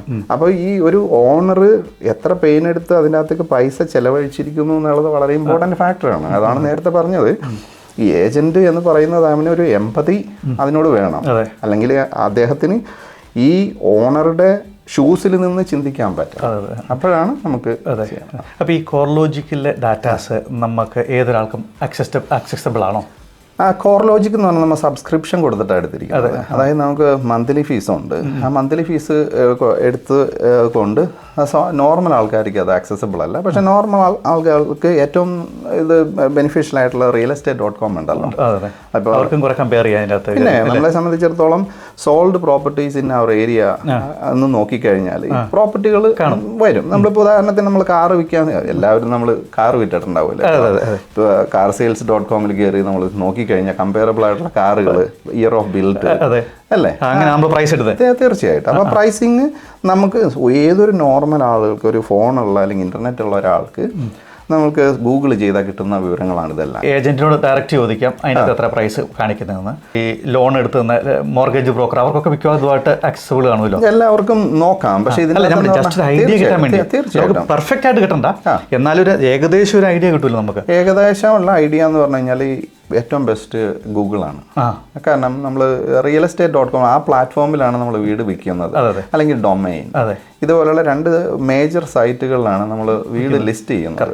ആ വീട് ഇപ്പോൾ ഉദാഹരണത്തിന് ഇപ്പോൾ എൻ്റെ ഒരു വീട് ഒരു അഡ്രസ്സ് ഇത് ഇതിൻ്റെ അകത്ത് ഗൂഗിളിലേക്ക് നോക്കിക്കഴിഞ്ഞാൽ unless it's A second hand house ഞാൻ വാങ്ങിയതല്ലെങ്കിൽ ലാൻഡ് വാങ്ങിയ പ്രൈസും അത് എന്നാണ് വാങ്ങിയെന്നുള്ളത് അവൈലബിൾ ആയിരിക്കും. അപ്പോൾ എല്ലാവർക്കും തീർച്ചയായിട്ടും. കാരണം എന്ന് വെച്ച് കഴിഞ്ഞാൽ നമ്മളെ സംബന്ധിച്ചിടത്തോളം, അല്ലെങ്കിൽ പലരും സെക്കൻഡ് ഹാൻഡ് വീട് വാങ്ങിയിട്ടുണ്ടെങ്കിൽ 2022 വാങ്ങി ഇന്ന പ്രൈസിന് വാങ്ങിയെന്ന് അതിൻ്റെ അകത്തുണ്ടാവും. അത് വിൽക്കാൻ ശ്രമിക്കുമ്പോൾ നമുക്ക് റിയലിസ്റ്റിക് ആവണമെന്നുണ്ടെങ്കിൽ ആ ഏരിയയിൽ എത്ര ശതമാനം ഗ്രോത്ത് ഒരു വർഷം ഉണ്ടായിട്ടുണ്ട്, അതും ഇമ്പോർട്ടൻ്റ് ആയിട്ടുള്ള ഫാക്ടർ അല്ലേ. കാരണം വെച്ചാൽ നമ്മളെ സംബന്ധിച്ചിടത്തോളം ഒരു ഏരിയയിൽ ഒരു 2020 വാങ്ങിയ വീട് കഴിഞ്ഞ 10 കൊല്ലം കൊണ്ട് നമ്മൾ ചിലപ്പോൾ ഇരട്ടിയായിട്ടുണ്ടാവും. അപ്പോൾ അതിൻ്റെ ആവറേജ് എടുക്കുമ്പോൾ ഒരു കൊല്ലം അത് കിട്ടാവുന്ന ഗ്രോത്ത് ഉണ്ട്. അപ്പം പക്ഷേ ഈ 10 കൊല്ലത്തിനുള്ളിൽ ചില ഇയേഴ്സിൽ ഇതിന് ഗ്രോത്ത് നടന്നിട്ടുണ്ടാവില്ല. അപ്പം നമുക്ക് ആവറേജ് ഗ്രോത്ത് നമുക്ക് എക്സ്പെക്ട് ചെയ്യാം. കമ്പയറബിൾസ് നോക്കാം. ഇത് realestate.com നല്ലതാണ്. ഈ മാർക്കറ്റ് പ്രൈസ് താഴോട്ട് പോകുന്ന സമയത്ത് നമുക്ക് എങ്ങനെ മാക്സിമം പ്രൈസ് മേടിച്ചെടുക്കാനായിട്ട് സാധിക്കും? അതായത് അല്ല, നമ്മളെ സംബന്ധിച്ചിടത്തോളം ചിലപ്പോൾ ചില ആളുകൾ ചിലപ്പോൾ ഹോൾഡ് ചെയ്യപ്പെടും. ഓക്കെ, മാർക്കറ്റ് ഇപ്പോൾ നമ്മൾ ഷെയർ വാങ്ങുമ്പോഴാണെങ്കിലും മാർക്കറ്റ് താഴേക്ക് പോകുന്നു എന്ന് കണ്ടാൽ ചിലപ്പോൾ പെട്ടെന്ന് അത് വിറ്റഴിക്കാം, കൂടുതൽ ഡാമേജ് സംഭവിക്കുന്നതിന് മുമ്പ്. അപ്പം നമ്മളത് മനസ്സിലാക്കുന്ന രീതി സിമ്പിളാണ്. നമ്മളെ സംബന്ധിച്ചിടത്തോളം ഇപ്പോൾ ഇൻട്രസ്റ്റ് റേറ്റ് 1.25 കട്ടായി അല്ലേ. അതായത് 2025 കഴിഞ്ഞ മാസം ഇൻട്രസ്റ്റ് റേറ്റ് കട്ടായപ്പോൾ അത് മാർക്കറ്റിലേക്ക് പ്രതിഫലിച്ചു. അതായത് ഞങ്ങളെ സംബന്ധിച്ചിടത്തോളം കഴിഞ്ഞ ക്രിസ്മസിന് മുമ്പ് ലിസ്റ്റ് ചെയ്ത പ്രോപ്പർട്ടികളൊക്കെ ക്വിക്കായിട്ട് അണ്ടർ കോൺട്രാക്ട് ആവാൻ തുടങ്ങി. അപ്പോൾ അതിൻ്റെ അർത്ഥം നമ്മൾ മാർക്കറ്റ് കുത്തനെ താഴേക്ക് പോയിരുന്നത് അവിടെ സ്റ്റോപ്പായി. ഇനി ഇവിടെ നിന്ന് പതുക്കെ മുകളിലേക്ക് പോകാം ഉള്ള സാധ്യതയാണ്. അപ്പോൾ ഇന്ന് മുതൽ ഈ വീഡിയോ കാണുന്നവരെ സംബന്ധിച്ചിടത്തോളം 2025 ഇപ്പം മുതൽ മാർക്കറ്റ് കുറേശ്ശെ മുകളിലേക്ക് പോകാം. അപ്പം ഒബ്സർവ് ചെയ്യുക, കറക്റ്റ് ടൈമിങ്ങിൽ ഹോൾഡ് ചെയ്യാൻ പറ്റുമെങ്കിൽ ഹോൾഡ് ചെയ്ത്, അല്ലെങ്കിൽ ആ എക്സ്പെർട്ട് ആയിട്ടുള്ള അഡ്വൈസ് ചോദിച്ച് ഹോൾഡ് ചെയ്യാന്ന് പറഞ്ഞാൽ ഒത്തിരി കാലത്തേക്കല്ല, കറക്റ്റ് ആ ടൈമിങ്. ഒരു വർഷത്തിൽ ഏത് മാസങ്ങളിലാണ് പ്രോപ്പർട്ടി നമ്മൾ വിൽക്കാൻ പാടില്ലാത്തത്, അല്ലെങ്കിൽ ലിസ്റ്റ് ചെയ്യാൻ പാടില്ലാത്തത്? അതായത് നമ്മളെ സംബന്ധിച്ചിടത്തോളം ഈ ജാനുവരി ടു ഡിസംബർ കാലയളവ് 12 മാസം നമ്മൾ എടുക്കുകയാണെങ്കിൽ നമുക്ക് ശ്രദ്ധിക്കേണ്ട ഒരു കാര്യം എന്ന് വെച്ച് കഴിഞ്ഞാൽ നവംബർ 15 മുതൽ പിന്നെ ജാനുവരി 15 വരെ ഹോളിഡേ പീരിയഡിലേക്കാണ്. കാരണം എല്ലാവരും ഹോളിഡേ മൂഡായതിൻ്റെ പേരിൽ അവർക്ക് ഇത് വീട് ഓപ്പൺ ഇൻസ്പെക്ഷൻ കാണാൻ പോകാനോ അത് വാങ്ങുന്നതിനെ കുറിച്ച് ചിന്തിക്കുന്നതിനേക്കാൾ ഉപരി അവർ നാട്ടിൽ പോകാനായിട്ടോ അല്ലെങ്കിൽ ഹോളിഡേക്ക് പോകാനായിട്ടായിരിക്കുള്ളൂ. അപ്പോൾ ആ 2 മാസം അങ്ങനെ പോയല്ലോ. പിന്നെ ഉള്ളത് 10 മാസമാണ് നമ്മുടെ കയ്യിൽ ബാക്കിയുള്ളത്. ഈ 10 മാസം ബാക്കിയുള്ളതിൽ നമ്മൾ ശ്രദ്ധിക്കുന്നതെന്ന് വെച്ച് കഴിഞ്ഞാൽ 3 മാസം വിൻ്റർ സീസണാണ്. ആ വിൻ്റർ സീസണിൽ സംഭവിക്കുന്നതെന്ന് വെച്ച് കഴിഞ്ഞാൽ ഡേ ടൈം കുറവാണല്ലോ. അപ്പോൾ നമുക്ക് മിഡ് വീക്ക് ഇൻസ്പെക്ഷൻ നടക്കില്ല.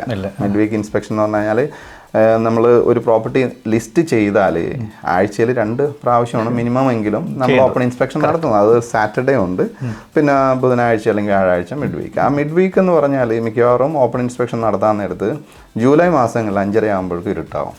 ഓഫീസ് കഴിഞ്ഞ ആൾക്കാർക്ക് വരാനായിട്ട് ഇത്തിരി ബുദ്ധിമുട്ടായിരിക്കുള്ളൂ. അപ്പോൾ ഈ വിൻ്റർ സീസണും കൂടി നമ്മൾ 3 മാസം നമ്മൾ അവോയ്ഡ് ചെയ്യും. അപ്പോൾ 5 മാസം പോയാൽ ബാക്കി മാസം പോയി. അപ്പോൾ 7 മാസമാണ് നമുക്ക് കറക്റ്റായിട്ടുള്ള. അതിൻ്റെ അകത്ത് പോപ്പുലറായിട്ട് പ്രോപ്പർട്ടി മാർക്കറ്റിൽ ഏറ്റവും പോപ്പുലർ എന്ന് പറഞ്ഞാൽ സ്പ്രിംഗ് സീസൺ അല്ലെങ്കിൽ ഈ പറയുന്ന സമ്മർ സീസൺ. അപ്പോൾ ഈ 2 സീസൺ അനുയോജ്യമാണ് വീട് വിൽക്കാനായിട്ട്. ഒരു പക്ഷേ ഏറ്റവും കൂടുതൽ പ്രൈസ് കിട്ടാൻ സാധ്യതയുള്ളതും ആ സമയത്ത് തീർച്ചയായിട്ടും. അതായത് ഇപ്പോൾ കോർലോജിക്ക് നമ്മൾ റിപ്പോർട്ടുകൾ എടുത്ത് നോക്കിക്കഴിഞ്ഞാൽ കൂടുതൽ മാർക്കറ്റിലേക്ക് പ്രോപ്പർട്ടികൾ വരുന്നതും വിറ്റഴിക്കപ്പെടുന്നതും സ്പ്രിംഗ് സീസൺ അല്ലെങ്കിൽ ഈ ജാനുവരി തുടങ്ങിയുള്ള ഫെബ്രുവരി, മാർച്ച്, ഏപ്രിൽ ആ സീസണിലായിരിക്കുള്ളൂ. പ്രധാനമായിട്ടും ഒരു വീട് കാണുമ്പോൾ ആൾക്കാർ പെട്ടെന്ന് ഇംപ്രഷൻ വരുന്നത് എന്താണ് ആ വീട്ടിലുള്ളത്? അതായത് ഇംപ്രഷൻ എന്ന് പറഞ്ഞാൽ പ്രൈസിങ് തന്നെയാണ്. പ്രൈസിങ് തന്നെ അതെ അതെ. ആൾക്കാർ മേടിക്കണമല്ലോ, അവർ കയറി വരുമ്പോൾ ഇതെനിക്ക് ഈ വീട് മേടിക്കണം, നല്ലൊരു ഫീൽ വരണമല്ലോ. തീർച്ചയായിട്ടും. അതിനകത്ത് ഏത്, അതായത് നമ്മളെ സംബന്ധിച്ചിടത്തോളം നമ്മൾ ഒരു നല്ലൊരു ഏജന്റിനെ സംബന്ധിച്ചിടത്തോളം ആ വീട് കാണുമ്പോൾ ഏത് കാറ്റഗറിയിൽ പെട്ട ബയേഴ്സിന് അത് സ്യൂട്ടബിൾ ആണെന്നുള്ളത് ഉടനെ തന്നെ ടിക്കാവും. അത് ഉറപ്പാണ്. കാരണം വെച്ചാൽ ഞങ്ങളെ സംബന്ധിച്ചിടത്തോളം ഒരു വീട് കാണാൻ പോകുമ്പോൾ നമുക്ക് ആ വീടിൻ്റെ കയറുമ്പോൾ തന്നെ നമ്മൾ ഫസ്റ്റ് നമ്മൾ നോക്കുന്നത് ഓറിയൻറ്റേഷൻ എന്ന് പറഞ്ഞു കഴിഞ്ഞാൽ മാർക്കറ്റിൽ പോപ്പുലർ ആയിട്ടുള്ള ഓറിയൻറ്റേഷൻ ഉണ്ട്. അതിനെക്കുറിച്ച് പിന്നീട് പറയാം. നോർത്ത് ഫേസ്, ഈസ്റ്റ് ഫേസ്, ഇതുപോലുള്ള ഓറിയൻറ്റേഷൻ ഉണ്ട്. ചില ആളുകൾക്ക് സൗത്ത് ഫേസ് വേണം, വെസ്റ്റ് ഫേസ് വേണ്ട. ഓറിയൻറ്റേഷൻ നമ്മൾ ബോക്സ് ടിക്ക് ചെയ്തു.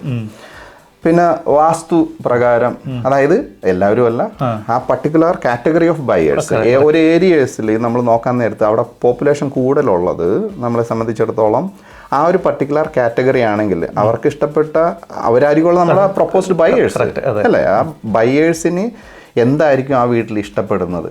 പിന്നെ നമ്മൾ നോക്കുന്നതെന്ന് വെച്ചാൽ ചിലപ്പോൾ അതിൻ്റെ ഫസാഡ് അല്ലേ. കാരണം ചിലപ്പോൾ ഓൾഡ് ഫസാഡുകൾ ചിലപ്പോൾ യൂസ് ഒന്നും ഉണ്ടാവില്ല, ഫസാഡ് അപ്ഗ്രേഡഡ് ആയിരിക്കില്ല. തീർച്ചയായും അത് ഒന്ന്. പിന്നെ വീടിൻ്റെ അകത്തേക്ക് കയറുമ്പോൾ അവർക്ക് ഒരു പോസിറ്റീവ് എനർജി കിട്ടണം. ആ പോസിറ്റീവ് എനർജി എൻ്റെ അകത്ത് എങ്ങനെ ചിലപ്പോൾ നമുക്ക് ക്രിയേറ്റ് ചെയ്യാം. അതാണ് നേരത്തെ പറഞ്ഞത്, നല്ല ലൈറ്റിങ് കൊടുക്കാം, പെയിൻറ്റിങ്ങുകൾ. ചില വീടുകളിൽ പല വാളുകളിലും പല കളറിലെ പെയിന്റ് അടിച്ചു വെച്ചിട്ടുണ്ടാവും അല്ലേ. ചില തീർച്ചയായിട്ടും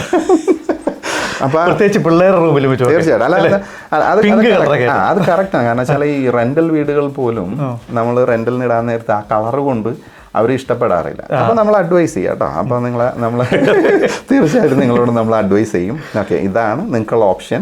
നിങ്ങൾക്ക് വേണമെങ്കിൽ ഈ കളർ വേണമെങ്കിൽ വെക്കാം, അല്ലെങ്കിൽ നിങ്ങൾ എല്ലാവർക്കും ഇഷ്ടപ്പെടാവുന്ന രീതിയിലുള്ള ലൈറ്റ് കളറുകൾ വേണമെങ്കിൽ ന്യൂട്രൽ ആയിട്ടുള്ള കളർ. അപ്പോൾ നമ്മൾ ലൈറ്റിങ് കറക്റ്റ് ചെയ്തു. ചിലപ്പോൾ നമുക്ക് ബാറ്റൺ ലൈറ്റ് മാത്രം ഉണ്ടാവും ആ വീട്ടിൽ. അപ്പോൾ ആ ലൈറ്റിങ്ങിന് വേണ്ടി നമുക്ക് എക്സ്ട്രാ ലൈറ്റുകൾ സൈഡിൽ കൊടുക്കാൻ പറ്റും. അപ്പോൾ കണ്ണിന് ഇമ്പമാവുന്ന രീതിയിൽ ഈ പ്രോപ്പർട്ടിനെ നമ്മൾ ക്രിയേറ്റ് ചെയ്തു. ഇനി അടുത്തത് സ്മെല്ലാണ് അല്ലേ. നമുക്ക് കയറി ചെല്ലുമ്പോൾ നല്ലൊരു സന്തോഷം തോന്നണം. അതിനുള്ള ഡിഫ്യൂസേഴ്സ് അല്ലെങ്കിൽ അതെല്ലാനും ടിപ്സുകൾ നമ്മൾ പറഞ്ഞു കൊടുക്കും. പിന്നെ ചില കേർട്ടൻസ് നേരത്തെ പറഞ്ഞ പോലെ നമ്മൾ കേർട്ടൻസ് ഉണ്ടെങ്കിൽ അത് നല്ല കേർട്ടൻസ് ഉണ്ടാവും. ഇപ്പോൾ ഷീർ കർട്ടൻസ് പോലെയുള്ളതൊക്കെ എന്ന് വെച്ച് കഴിഞ്ഞാൽ വീടിൻ്റെ അപ്രീസിയേഷൻ ക്വാളിറ്റിയൊക്കെ അല്ലെങ്കിൽ വാല്യൂസ് ഒക്കെ കൂടുന്നതാണ്. പക്ഷെ നമ്മൾ ചില വീടുകൾ ചില നേരത്തെ നമ്മൾ നാടൻ സ്റ്റൈലിൽ നമ്മൾ വീടിനെ ക്രിയേറ്റ് ചെയ്ത് വെച്ചിട്ടുണ്ട്. നാട്ടിൽ നിന്ന് ഈ കർട്ടൻസ് കൊണ്ടുവന്നിട്ട് നമ്മുടേതായ രീതിയിൽ ചെയ്യുന്നവരുണ്ട്. ഞാനും കൊണ്ടുവന്നിട്ടുണ്ട്. പക്ഷെ വിൽക്കാൻ നേരത്തെ വിൽക്കാൻ നേരത്തെ എന്ന് പറഞ്ഞു കഴിഞ്ഞാൽ പ്രശ്നമെന്ന് പറഞ്ഞു കഴിഞ്ഞാൽ നമുക്ക് അതിന് സൊല്യൂഷൻ ഉണ്ട്. നമ്മളിപ്പോൾ എന്താ പറയുക, കർട്ടൻസ് ഊരി കൊണ്ടുവയ്ക്കും. കാരണം വെച്ചാൽ ഓപ്പൺ ഇൻസ്പെക്ഷൻ സമയത്ത് കർട്ടൻ വേണമെന്ന് നിർബന്ധമില്ല, ഫോട്ടോ എടുക്കുന്ന സമയത്തും അത് വേണമെന്നില്ല. ബ്ലൈൻഡ്സ് നമ്മൾ ഓപ്പൺ ആയിട്ടല്ല വെക്കുന്നത്. അപ്പോൾ അതുകൊണ്ട് ആ രീതിയിൽ നമുക്ക് ചെയ്യാം. സ്മെല്ലിൻ്റെ കാര്യം പറഞ്ഞേ. അപ്പോൾ കാരണം എന്ന് വെച്ച് കഴിഞ്ഞാൽ ഈ സ്മെല്ലെന്ന് പറഞ്ഞാൽ നമ്മൾ ഇപ്പോൾ നേരത്തെ ഓണർ ഓക്യുപ്പൈഡ് പ്രോപ്പർട്ടി ആണെങ്കിൽ നമ്മളെ സംബന്ധിച്ചിടത്തോളം കുക്കിംഗ് അവിടെ അനിവാര്യമാണല്ലോ. അപ്പോൾ ആ കുക്കിംഗ് എന്ന് പറയുന്നത് ആ പർട്ടിക്കുലർ ദിവസത്തിൽ നമ്മൾ അവരോട് പറയും അങ്ങനെ ചെയ്യണമെങ്കിൽ വിൻഡോസൊക്കെ തുറന്നിട്ട് അതിനുശേഷം ഓപ്പൺ ഇൻസ്പെക്ഷൻ്റെ സമയത്ത് നമ്മളെ സംബന്ധിച്ചിടത്തോളം ഡിഫ്യൂസേഴ്സ് ഓൺ ആക്കാം. അപ്പോൾ നമ്മൾ കണ്ണിന് ഇമ്പം ഉണ്ടാക്കി അതോടൊപ്പം നമുക്ക് ശ്വസിക്കാനായിട്ട്. അപ്പോൾ ഇത് രണ്ട് ഫാക്ടേഴ്സ് ഇമ്പോർട്ടൻ്റ് ആയതിനു ശേഷം നമ്മൾ ഈ ഏജന്റിൻ്റെതായിട്ടുള്ള ചില സെറ്റപ്പുകൾ ഉണ്ടാവും. ഇല്ല, ഈ സ്മെല്ലിൻ്റെ കാര്യം പറയുമ്പോൾ ഈ സ്മെല്ല് നമ്മൾ വീട്ടിൽ കുക്ക് ചെയ്തിരിക്കുക, മാക്ഡോണൾസ് കഴിക്കാൻ പറയാം. പക്ഷെ എന്നാലും വരുമ്പോൾ ഒരു ഫ്രഷ് സ്മെല്ലിന് വേണ്ടി എന്താണ് നിങ്ങൾ കൊടുക്കുന്ന ടിപ്പ്? നമ്മളെ സംബന്ധിച്ചിടത്തോളം സാധാരണ നാച്ചുറൽ ആയിട്ടുള്ളത് തന്നെ. നാച്ചുറൽ എന്ന് പറഞ്ഞു കഴിഞ്ഞാൽ നമ്മൾ അഡീഷണൽ ആയിട്ട് എക്സ്ട്രാ വയ്ക്കുന്നത് ഡിഫ്യൂസേഴ്സ് വയ്ക്കും. വേണമെങ്കിൽ അതും വെക്കാം, നമുക്ക് എന്ത് വേണമെങ്കിലും നമുക്ക് വെക്കാം. നാച്ചുറൽ ഫ്ലവേഴ്സ് അല്ലെങ്കിൽ അതെങ്കിൽ സ്പ്രേ തൽക്കാലം നമുക്ക് അടിച്ച് കൊടുക്കാം. അതെല്ലാം നമുക്ക് ചെയ്യാവുന്ന കാര്യങ്ങളാണ്. അല്ല, ഞാൻ പറഞ്ഞ സ്മെല്ല് വരുമ്പം നമ്മൾ കേട്ടിട്ടുണ്ട് ചിലപ്പോൾ കോഫി ഉണ്ടാക്കുന്നത് നല്ലതാണ് അല്ലേ. ഒരു കോഫിയുടെ സ്മെൽ ഇഷ്ടമുള്ളവർക്ക്. ഇഷ്ടമില്ലാത്തവർക്ക് അത് വെച്ച് കഴിഞ്ഞാൽ പണിയാവും കേട്ടോ അല്ലേ. കോഫി ഇഷ്ടമില്ലാത്തവരുണ്ടല്ലോ. തീർച്ചയായും. അപ്പം നമുക്ക് അതായത് ജനറൽ പബ്ലിക് അങ്ങനെ കൂട്ടണം. കോഫി കഴിക്കുന്നവരെ സംബന്ധിച്ച് അത് ഒരു പെർസെൻറ്റേജ് ആയിരിക്കും നമ്മുടെ ബയേഴ്സ്. അപ്പം നമുക്ക് ശ്രദ്ധിക്കുന്ന കേസ് എന്ന് പറഞ്ഞാൽ എല്ലാവർക്കും അനുയോജ്യമായതുള്ള രീതിയിൽ എന്തെങ്കിലുമൊക്കെ നമുക്ക് ചെയ്തു. പിന്നെ ഈ റെന്റൽ പ്രോപ്പർട്ടി കാര്യം പറഞ്ഞപ്പോഴാണ് ഓർത്തത്. അതല്ല, നമ്മൾ ഓണർ ഓക്യുപ്പൈഡ് ആണെങ്കിൽ ചില സമയങ്ങളിൽ പട്ടി, പിന്നെ അതേപോലെ തന്നെ പൂച്ച, പിന്നെ സ്മോക്ക് ചെയ്യുന്നവർ, അങ്ങനെയുള്ള വീടുകളൊക്കെ ഉണ്ടല്ലോ. അത് നമുക്ക് ഈ പറഞ്ഞ പോലെ അത് റെന്റൽ പ്രോപ്പർട്ടി നമുക്ക് കൈകാര്യം ചെയ്യുമ്പോൾ അത് വീണ്ടും നമുക്ക് ശ്രദ്ധിക്കണം. കാരണം വെച്ചാൽ ഏറ്റവും നമുക്ക് സാധാരണ ഓണർ ഓക്യുപ്പൈഡ് വീട് വിൽക്കുമ്പോൾ കിട്ടുന്നതിനേക്കാൾ വളരെ പ്രോഫിറ്റ് കുറവായിരിക്കുള്ളൂ റെന്റൽ പ്രോപ്പർട്ടികൾ കിട്ടുന്നത്. പക്ഷെ അതിനും സ്ട്രാറ്റജി ഉണ്ട്. ആ സ്ട്രാറ്റജി അതുകൊണ്ടാണ് നമ്മൾ നേരത്തെ പറഞ്ഞത് ഇൻവെസ്റ്റ്മെന്റ് പ്രോപ്പർട്ടികൾ വിൽക്കാൻ നേരത്ത് നമ്മളൊരു 3 months അഡ്വാൻസ് പ്ലാനിങ് തുടങ്ങണം. ആ പ്ലാനിങ് തുടങ്ങാൻ നേരത്ത് നമ്മൾ ആ ടെനൻസിന് നമ്മൾ മാനേജ് ചെയ്തുകൊണ്ടിരിക്കുകയാണെങ്കിൽ അവരുമായിട്ട് നല്ല റിലേഷൻഷിപ്പ് ഉണ്ടാക്കുന്നു, അവർക്കുള്ള ഓപ്ഷൻസ് വേണമെങ്കിൽ കൊടുക്കാം. അതോടൊപ്പം തന്നെ ഈ ടെനൻസി എഗ്രിമെൻറ്റ് തീരാറായിട്ടുണ്ടെങ്കിൽ, ഫിക്സ് ടേം എഗ്രിമെൻറ്റ് തീരാറായിട്ടുണ്ടെങ്കിൽ 3 മാസം മുമ്പ് നമുക്ക് നോട്ടീസ് കൊടുക്കാം. ആ നോട്ടീസ് കൊടുക്കുമ്പോൾ അപ്പോൾ അതുകൊണ്ട് ഇതെല്ലാം സിങ്ക്ഡ് ആണ്, അതായത് ടൈമിങ് സിങ്ക് ആണ്. ഇവരുമായി ബന്ധപ്പെട്ട് നോട്ടീസ് പീരീഡ് കൊടുക്കണം. അപ്പോൾ നമുക്ക് അവരുടെ വേക്കൻറ്റ് പൊസിഷൻ നമുക്ക് കിട്ടാം. ഈ വേക്കൻറ്റ് പൊസിഷൻ കിട്ടിയ പിന്നെ നമുക്ക് പെറ്റ്സിനെ കുറിച്ച് നമുക്ക് ബോധർ ചെയ്യുന്നുണ്ടല്ലോ. എനിക്ക് ഭയങ്കര ഇഷ്ടമാണ് പെറ്റ്സിനെ, പക്ഷെ എന്നാലും നമ്മളെ സംബന്ധിച്ചിടത്തോളം തീർച്ചയായും ബുദ്ധിമുട്ടൊന്നും പറയാനില്ല. പക്ഷേ നമുക്ക് എല്ലാത്തിനും അതിൻ്റെതായിട്ടുള്ള സ്ട്രാറ്റജി ഉണ്ടെങ്കിൽ നമുക്ക് ചെയ്യാൻ പറ്റുള്ളൂ. കാരണം ഇത് പെറ്റ്സിൻ്റെ കാര്യം പറഞ്ഞാൽ പലർക്ക് അലർജി ഉള്ളവരൊക്കെ ഉണ്ടല്ലോ. തീർച്ചയായിട്ടും.